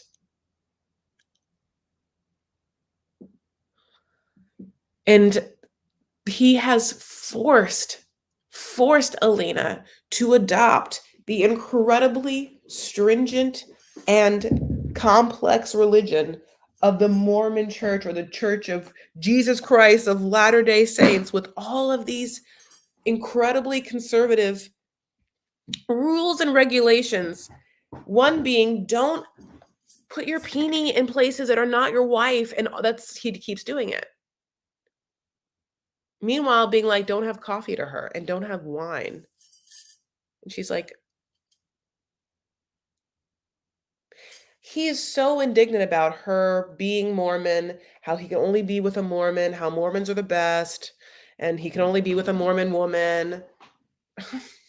I mean, this is you wouldn't want this for anyone in your life. Even if you were Mormon, you wouldn't. You would if you were Mormon and were a strict Mormon and saw Stephen, you'd be like, I do not want any of my Mormon women with that one. He's not a good Mormon. He's not a good man. I wouldn't want that. Um, the mom, Alina's mom, is there, honey, and Alina's mom is looking at him, honey, and she has transition lenses. So no matter if they're in sunlight or in their indoor, she sees through his bullshit. She hates him. Steven at one point tries to, like, get Alina's mom to, like, convert to Mormonism, and she's like, You? No, your stupid ass religion? The one I don't believe in? The one I don't believe in, you, like, hack up people's bodies and, like, sell their organs? Absolutely not. I hate that you're doing this to my daughter. I hate that you, like, lie to my daughter. You're a hypocrite. No. Why would I join your dumbass religion? You're no good example of it. Get back to me when you've lived a second. Also, there's, like, the inevitable cringe factor for any young person telling an older person what they should do. I hate it. I mean, it's really hard to watch. You would tell my mom what to do. What are you trying to, like, strong arm or, like, influence my mom to join your religion? Like, my mom's a whole ass woman. The fuck? You're a 2-year-old. Also, we've already talked about this. We don't like where my mom comes from. You're not like a great religion. So, like, warm it up a little bit. Maybe, like, wait until you have, like, shown yourself for her to be like, "Oh, whatever you're doing is working," but instead, all you're showing us is whatever you're doing is a train wreck.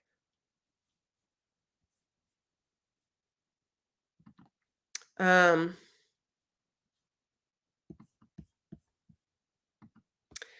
Alina and her mom are just, like, talking back and forth. The best part okay, so one thing, though, what I've already said is Steven speaks perfect Russian. I mean, not perfect probably, but pretty good ass Russian. Steven speaks better than any other person on the show has ever spoke the language of their loved one. And Alina speaks really good English. Like, for people who have different languages, these ones are very well learned in the others native tongue.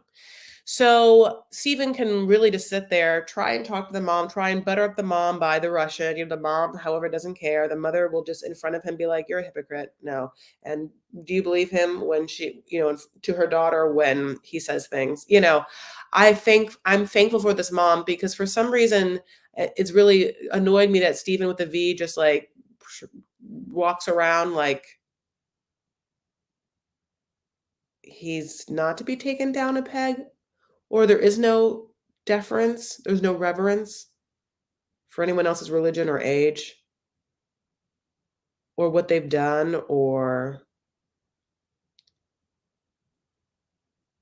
it feels like what is his family life? Is his family life all women? He came out and it's like 10 girls and him and he's like some weird golden boy in his family. It feels like how and no one's told him in his life that he can do wrong or that no one's like taken his confidence down one peg, not one peg ever.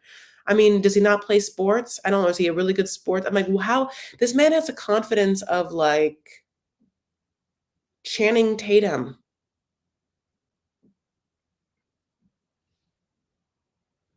It's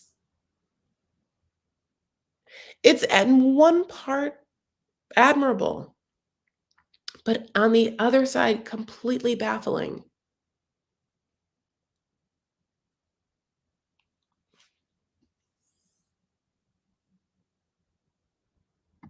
Has anyone ever met Steven without a B? Is Steven a thing?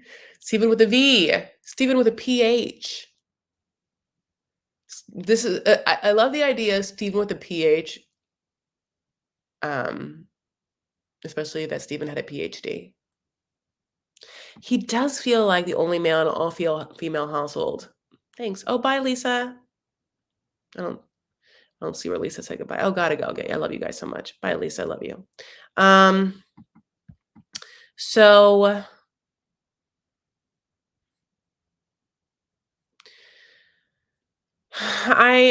Alina's mom leaves, and it's really sad because her mom doesn't want to leave, and is packing, and Alina's mom, I'm sure, is just like, I cannot believe I'm gonna leave my daughter with this like goofy child, and what did I do that she is not gonna go home with me? And Alina, I think, is also like having second thoughts. And Stephen decides to take her to like a Turkish hammam. Um, and Stephen is always in better spirits when he's around bodies of water. So being in this Turkish hammam, it makes him really happy. He like can't wait to splash himself with water, but he like doesn't know how to do it. He like asks her to do it and then just can't like do it himself. I mean, I don't know what to tell you about that. Um, but I just think like I wonder also what is his astrological sign? He's like a water sign, right? I'm Pisces, which is a water sign, and I don't want him to be a Pisces. So he's got to be either a Cancer or a Scorpio. Now, Scorpios are intrinsically incredibly secretive and manipulative. And he is those things. He are those things. He are those things. He is those things. He's just not good at them, it seems. You know what I'm saying? Like really not good at them. So he's like either a dumb Scorpio or a sneaky Cancer. Steven's a sag. Is that a real thing? Because I really do think that he's, oh my God, the dinosaur show. Oh, it's a blast from the past. Not the mama. Um, okay. So then they have this long conversation, again, bringing up the fact that he has not deleted his social media. And he's just like, yeah, I haven't deleted my social media because it's the only way I can contact my friends or I can talk to my family or whatever. And then he's like, yeah, I haven't deleted my social media because, like, I just think it's like intense for you to ask me that. And then I haven't deleted my social media because, like, I haven't to download all my pictures. And, like, it's like, I don't have these pictures in my life. I don't have like my graduate, like, look at this picture, my graduation picture, like on my phone right now. I don't have it except for on my phone right now, but that's because it's on my Facebook. And she's like, you remember talking to a girl named Masha? And he's like, no. And she's like, yeah, you did. You talked to a girl named Masha, and you told me that you weren't gonna talk to anyone, and blah blah blah this, and she told me everything, and I know everything. And he's like, "Yo, all I said is that, that we're here, and she should come meet me and bring her bathing suit. What's wrong with that?"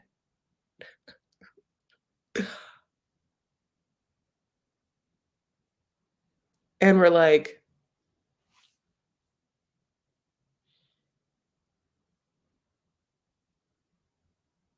"Why isn't everyone single?"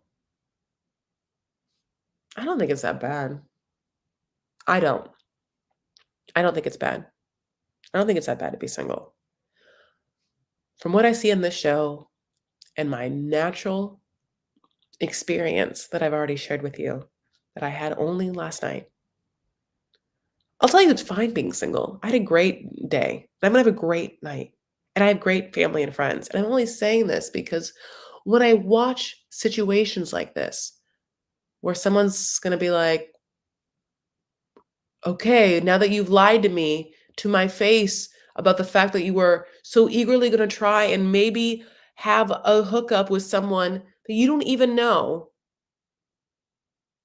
why would I take that person back? But, you know, he's like, well, I can't delete it now. We're at a park. She's like, well, let's go home. He's like, well, babe, whoa, whoa, whoa, babe, babe, babe, whoa, come on, babe. You know I love you, right? And she takes him home. And he finally deletes his social media, deactivating the account, the permanent one, I think. Um, Oh, I forgot about the fact that he gave her, like, gifts. He's like, "Oh, I'm, like, gonna give her gifts throughout the time we're together at, like, certain spots, and, like, it's gonna be a whole thing." So he gives her, like, this flower wrap Book of Mormon. You see these kind of books, if you pick up your prescriptions from, like, CVS, and maybe they're, like, also at a Rite Aid, there'll always be this, like, coat rack turning not coat rack, I'm sorry, shopping rack right by of, like, heavily Christian books. They all look like that. Morning meditations for the Christian woman or something. Um, so oh, Charlene. Oh, thanks for finally saying something. Listen, I love you. I appreciate it. I appreciate anyone who's a silent watcher. Let me just say, you can silent watch me for the rest of your life. However, if you ever are a silent watcher and you wanna give a little shout out, I know that can be very, very scary, but I'm the person to try it out with. I don't bite, not hard. Um, no, but thank you so much. That's really, really awesome. Oh, and you really knew his sign. He's a Sagittarius. Okay. Well, there goes that joke. Okay, I would pronounce Stephen like Stefan. Ha ha ha ha ha. Can you imagine? Yeah, like a version of Stefan, like the coolest place in New York City. It's like this thing where, oh, Vanessa's here. Hi, Habibti. I know, I came back from my fall foliage tour. Look how pretty she is. Okay. We're almost done though, Vanessa. 2 hours into this live, and my throat's dry. I have no water left. We're at the end of Alina and Steven.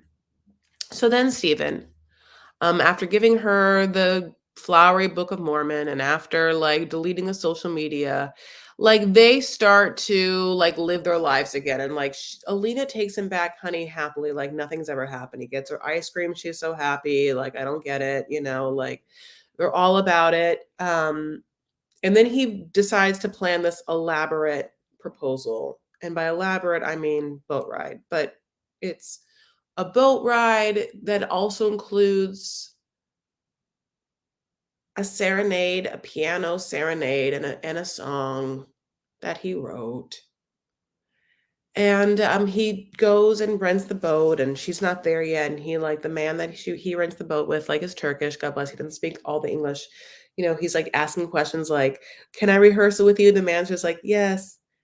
Steven sits there, does the whole thing. It's like, "Okay, at the end of the waterfall, then I will say this, and then you'll come and do this." And he's like, "Okay." It's kinda like Corey and Evelyn's thing, I guess, where Corey plans I forgot about their proposal too, it's coming back to me now like a bad dream.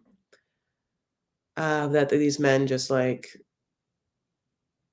I don't know, pat themselves on the back for these things. So, I shouldn't be, whatever, because Steven, I guess, really put thought into this. So Steven has the keyboard, honey, and Alina and him go on this boat, honey, and they're just, like, going around the harbor, honey, and he just is, like, sings her this song, and the song is mediocre even in the realm of songs that have been on this show. It's no Round the Way Girl. It's no Baby Girl Lisa. He is so confident. Still, I mean, it's as if every step he had growing up, every move he made, someone was like, "Oh my god, yes, yes, Stephen with a V. Oh, you are doing so you are the best, Stephen with the V. Yes, no one's done it like you, Stephen with the V. Great every time a great choice is Stephen with the V." Like, you're just like, but Lena's into it. Oh, you know why it's confusing to me? Because okay, because I'm sitting here telling you how horrible and how I wouldn't choose any of this for like my worst enemy. And by how horrible I mean that these people are in love and he's showing his love. So really take everything I say with a grain of salt. I'm single, these people are not. And having said that, I still wouldn't I'd be single for the rest of my life if that's what my option was. Okay. But it's hard because Alina has showed all of this like maturity and understanding and the way that she has gotten him to do things and cornered him because Stephen will just babble. Will like start to manipulate and babble about like, well, Alina, you're not really trusting me. And she's like, well, you haven't given me any reason to trust you. And am looking for your actions, not your words. And every time he babbles, she's like, yeah, because you just all words, you're not action. And he's like, can't do anything about it. She's really been smart about how she's gotten him to like admit things. So the same smartness in that way, you want Alina to also be like, why this one, Alina? Why this one? There are other ones, Alina. Not this one. Not for you. Not our Alina, The whole time the mom's there, you want the mom to look right at camera at you and be like, how, and us to be like, okay, how, tell us how. Alina and him, well, here's the thing. So yes, honey, he sings the song. He gets down on one knee. He asks her to marry him, and she says, "Da, da, da, da." And then things are good for them until she's like, "So when are we getting married?" And then he goes, "Well, I don't really want to get married yet. I just want to just got engaged. I wasn't really thinking we had to get married yet."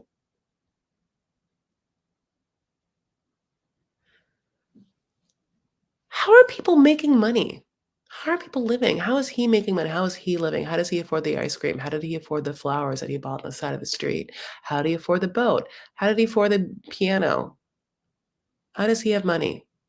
How is he working when he's there? How he's working in Turkey? How is he just gonna like postpone this wedding and postpone them starting their life? See, his thing is that he can't get married to her because she's not baptized Mormon yet. And she can't get baptized in Turkey in the Mormon churches in Turkey. They're not doing stuff because of COVID, but in Russia they are, maybe. They can't get married in Russia though for some reason or something. So he wants her to extra pinky promise that she'll get married to him. No, sorry, that she'll get baptized.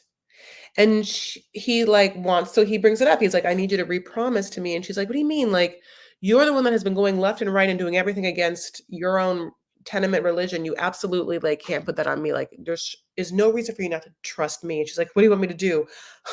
Write up a contract and like sign. And he's like, yeah, yes. What a great idea. She's like, no, that's the dumbest idea. Like, absolutely not. He's like, oh, I'm just kidding, babe. I'm just kidding. I wouldn't ask you to do that. But can you like just like write it down, your name, and say you'll do it and sign it?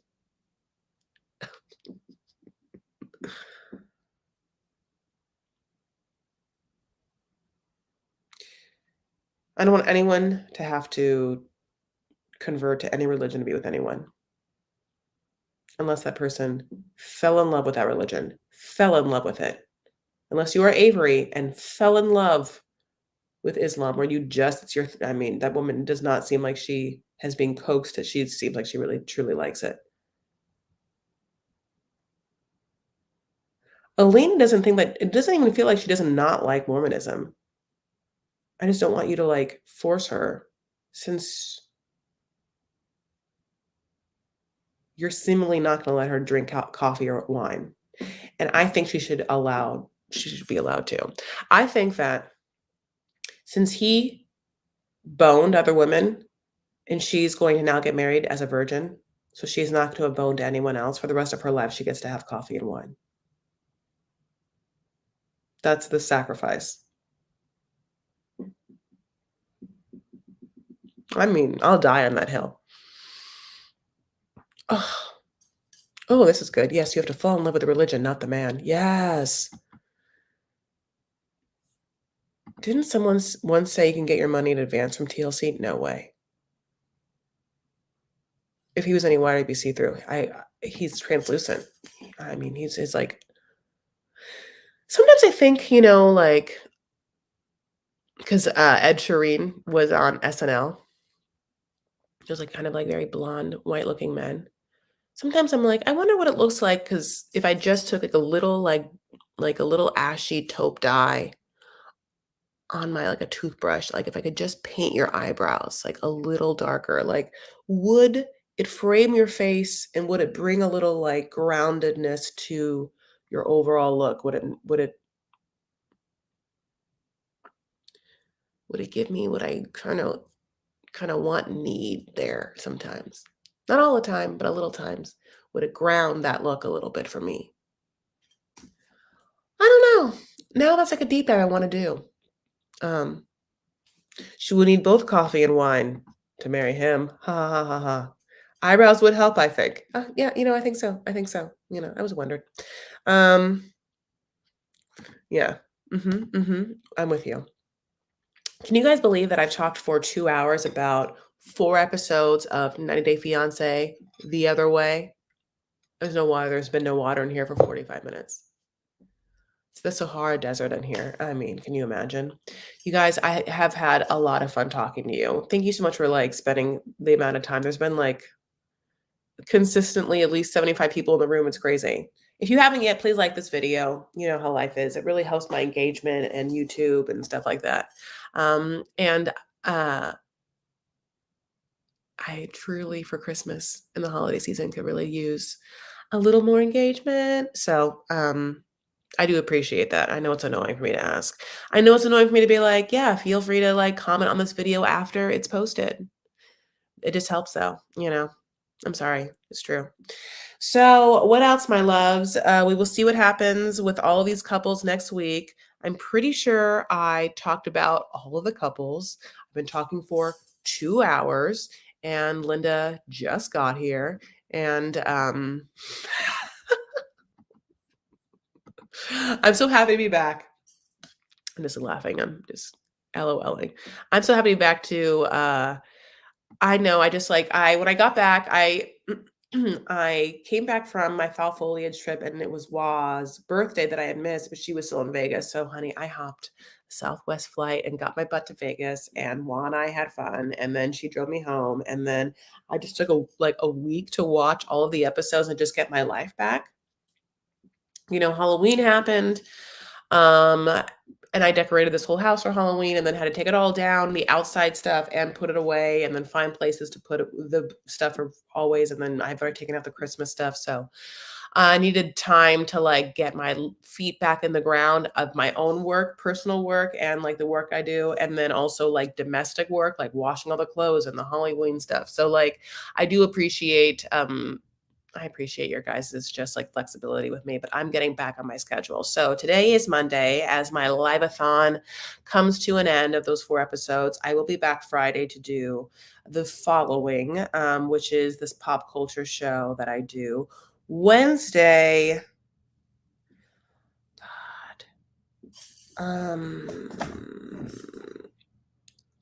Wednesday, Wa. Okay, so now Wa is. I'm sure she has told you guys. Wa is on the road, so I don't know if she's gonna do say what, and I'll find that out. So can't. I don't even know what her schedule is yet. I don't know if she knows what her schedule is yet. So, but yes, I will be watching 90 Day, and I'll go back to my regular lives to do that, and I will also be doing my pop culture show for following, and I have to get back into when the next seasons are going to start for 90 Day. Okay. And then I also am going to do some edited videos, I promise. I'm going to do an edited video for the fall foliage tour because I took such great content that I really want to share.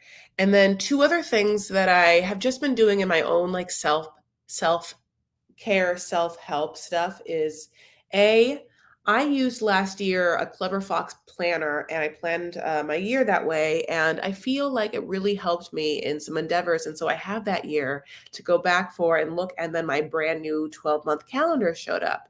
And so I was going to kind of like talk about that and see if that's a live that you guys would be interested in, or an edited video of like how I go over that. Also, I had so much fun in my fall foliage tour, as I've said, and I went throughout New England eating all of the cheese, having a lot of things like apple cider donuts, all the maple syrup possible, just yummy, yummy yums, caramels, things, everything.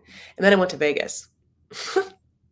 So when I came back, I really wanted to just like get myself into a healthy diet because the holidays are about to happen and I cannot just go from one extreme to another extreme and then just have weeks of whatever nothingness into the holidays because it's just not good for me and my own discipline. So I had never tried Sakara, which is like a meal delivery service. By the way, this is not a sponsored video. I would always, if for any reason anything was sponsored, I would talk about it or say it would be like, labeled such. Has anyone ever done Sakara? Sakara Life, it's a meal delivery service. I've done meal delivery services not in a very long time, and I had heard of Sakara before, and it's basically just like plant-based. And but like all organic and incredibly well done. And I had never tried Sakara mostly because A, it's pricey, but also B, I thought it wouldn't be tasty. And or C, like little rabbit food that I would not be like at all full with. And also D, I like meat. So I got it for a week last week, and then I'm getting it for 3 days this week, and I'm telling you, I can't believe how good it is. I cannot believe it. It's so yummy. Like, beyond yummy.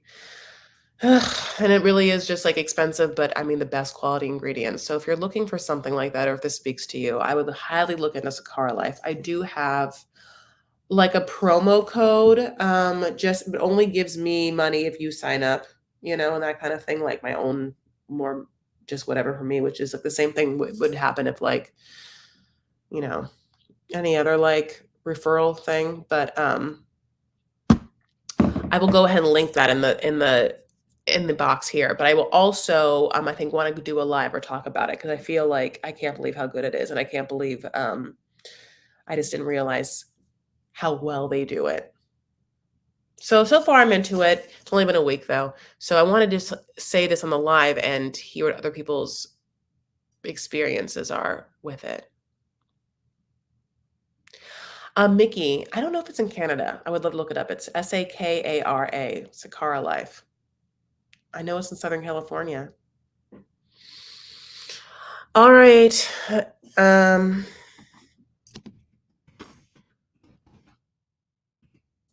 I put it in. I'm trying to think if I have. I should try to see if I have my little like promo code here. I can't believe how good it is. Like, it's just like the best tasting and healthiest food I've ever had. And I'm excited every time I get it. Like, all the food is so good that I'm like, oh my God, it's going to be great. And it is.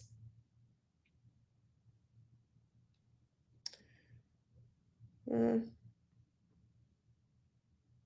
Oh, I know I had it somewhere. Here. Oh, I'm in my Instagram.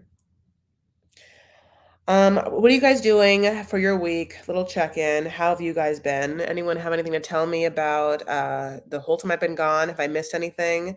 Of course, you can always go to my private Facebook group, and that is Vanity Farah, and tell me in a comment what's been happening.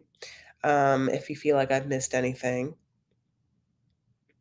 Of course, if you want to follow me on Instagram and Twitter, I am at Chris L. Farah, and I've been posting like a breeze all this time. So if you have missed me, that's always an option. I'm just saying. Um, oh, can I just zoom this? Wait 1 second. This is it. I got it.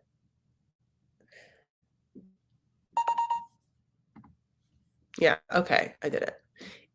Oh no. Oh no, that's not what I wanted to do. Hmm. Oh, it's gonna make me log in. No.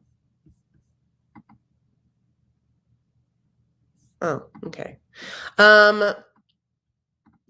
yeah, I posted about my whole travels on Instagram, which is really, really fun in the sense that stories are fun to do. I stayed in the most beautiful hotels. Anyone stayed at the Chandler at Cliffs Walk in Newport, Rhode Island? It's unbelievable. I stayed in the Louis the 16th room. It was crazy. Newport, Rhode Island is gorgeous. I went and like toured the mansions and things.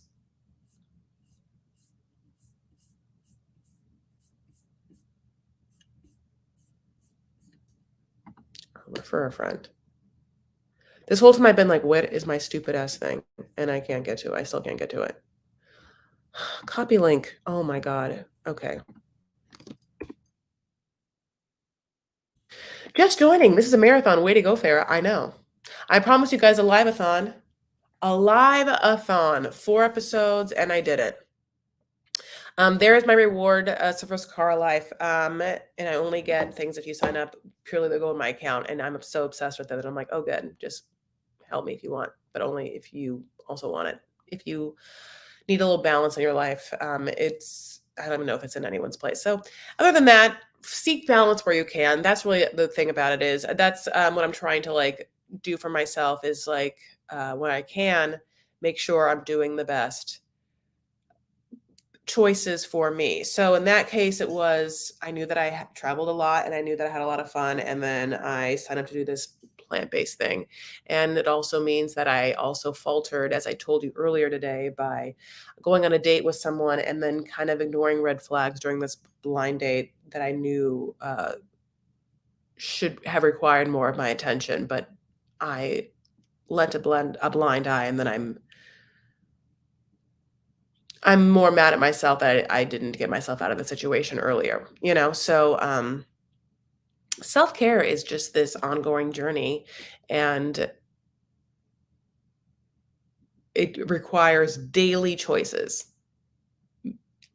to the mega and minutia details of what will be ultimately the best choice for you to live a healthy and, like, aligned life. That'll make you healthy and happy. I say aligned, and I just, if you are like me, who has in your heart of heart and dream of dreams of like a version of yourself where you are just operating at the cylinders you want to, where you feel like you are of service in this world and you feel love and warmth between you and your family and your friends and your loved ones, and where your work is meaningful and where you feel like you've taken care of your body and soul in such a way that it's you have respected yourself because you respect and love your life, you know? So it's interesting how many choices you could make where that comes into play. Again, from like the foods you eat to the people that you date to how you spend your time to the phone calls you pick up to the travel plans that you make for yourself to how you budget your money. It's like, and it's this I think that I talk about this stuff a lot only because I feel like I wasn't taught the importance of the full circle of this kind of stuff. This is like adulting things that I think I didn't understand when I was younger. And maybe that's just not something that you can understand when you're super young. Because I think in your like teens and 20s, you're learning about life and not how to handle it. You're learning about life. You have to understand what life is. And then maybe like your 30s is about, well, how the hell do I handle it? You know? Or maybe that was just me. You need a little self-care talk tonight? I mean, the check-ins are so important. I think about that a lot. I think about like how important for me, like the simple movements of like a forward fold is. I do like a forward fold all the time. It's a grounding mechanism where it's like it releases the tension in my lower back and also requires me and again, forward fold, not to be like Sumit's mom about it. Ha ha ha. It's just where you literally just fold your body so your legs are still on the ground and you're just hanging down. But it releases your lower back in such a way. Also, it's this kind of like immediate change of perspective. You are upside down. It forces you to somewhat be in the moment, take a breath in a different way.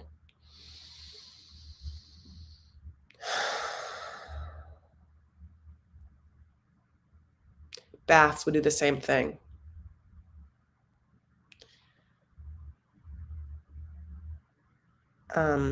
You know what this is a small thing.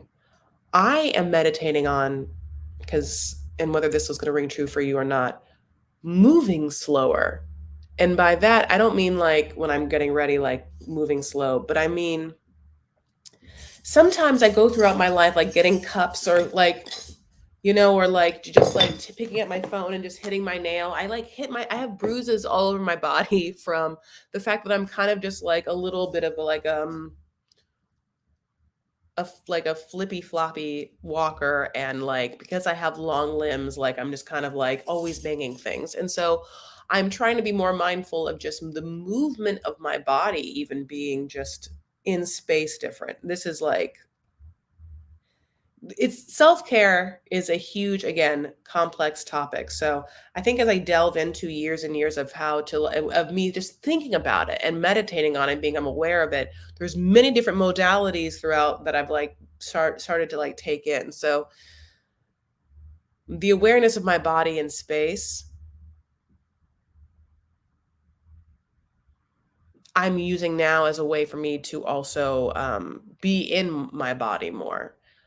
Are you like me, and sometimes are you stuck in your head a lot, where you sometimes feel like you are so in your mind that if you had taken the moment to like be in touch with what's happening in your body, that you would be a more present, grounded person. You would be able to be more present in moments. I sometimes in moments live in my head in such a way that I can't feel my body in the present moment. And the things like the forward folds and taking baths allow me to kind of feel in this space as opposed to in this space. That is a weird, small, but very hard thing for me. It's annoying.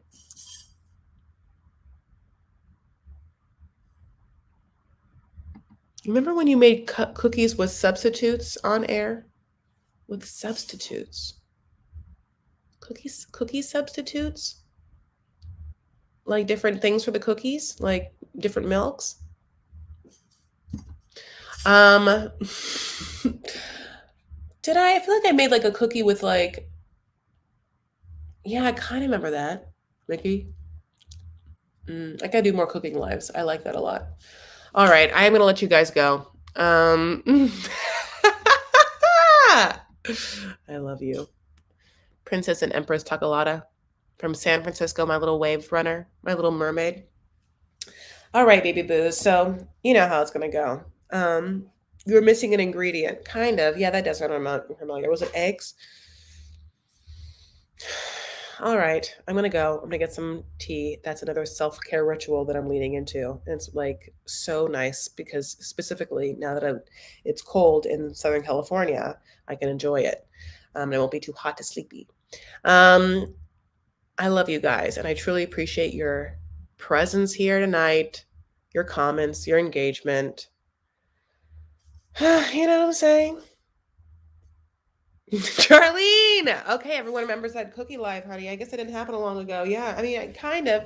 Yeah, it like happened. I mean, what was it like? Maybe like 6 months ago, something like that. 7 months ago.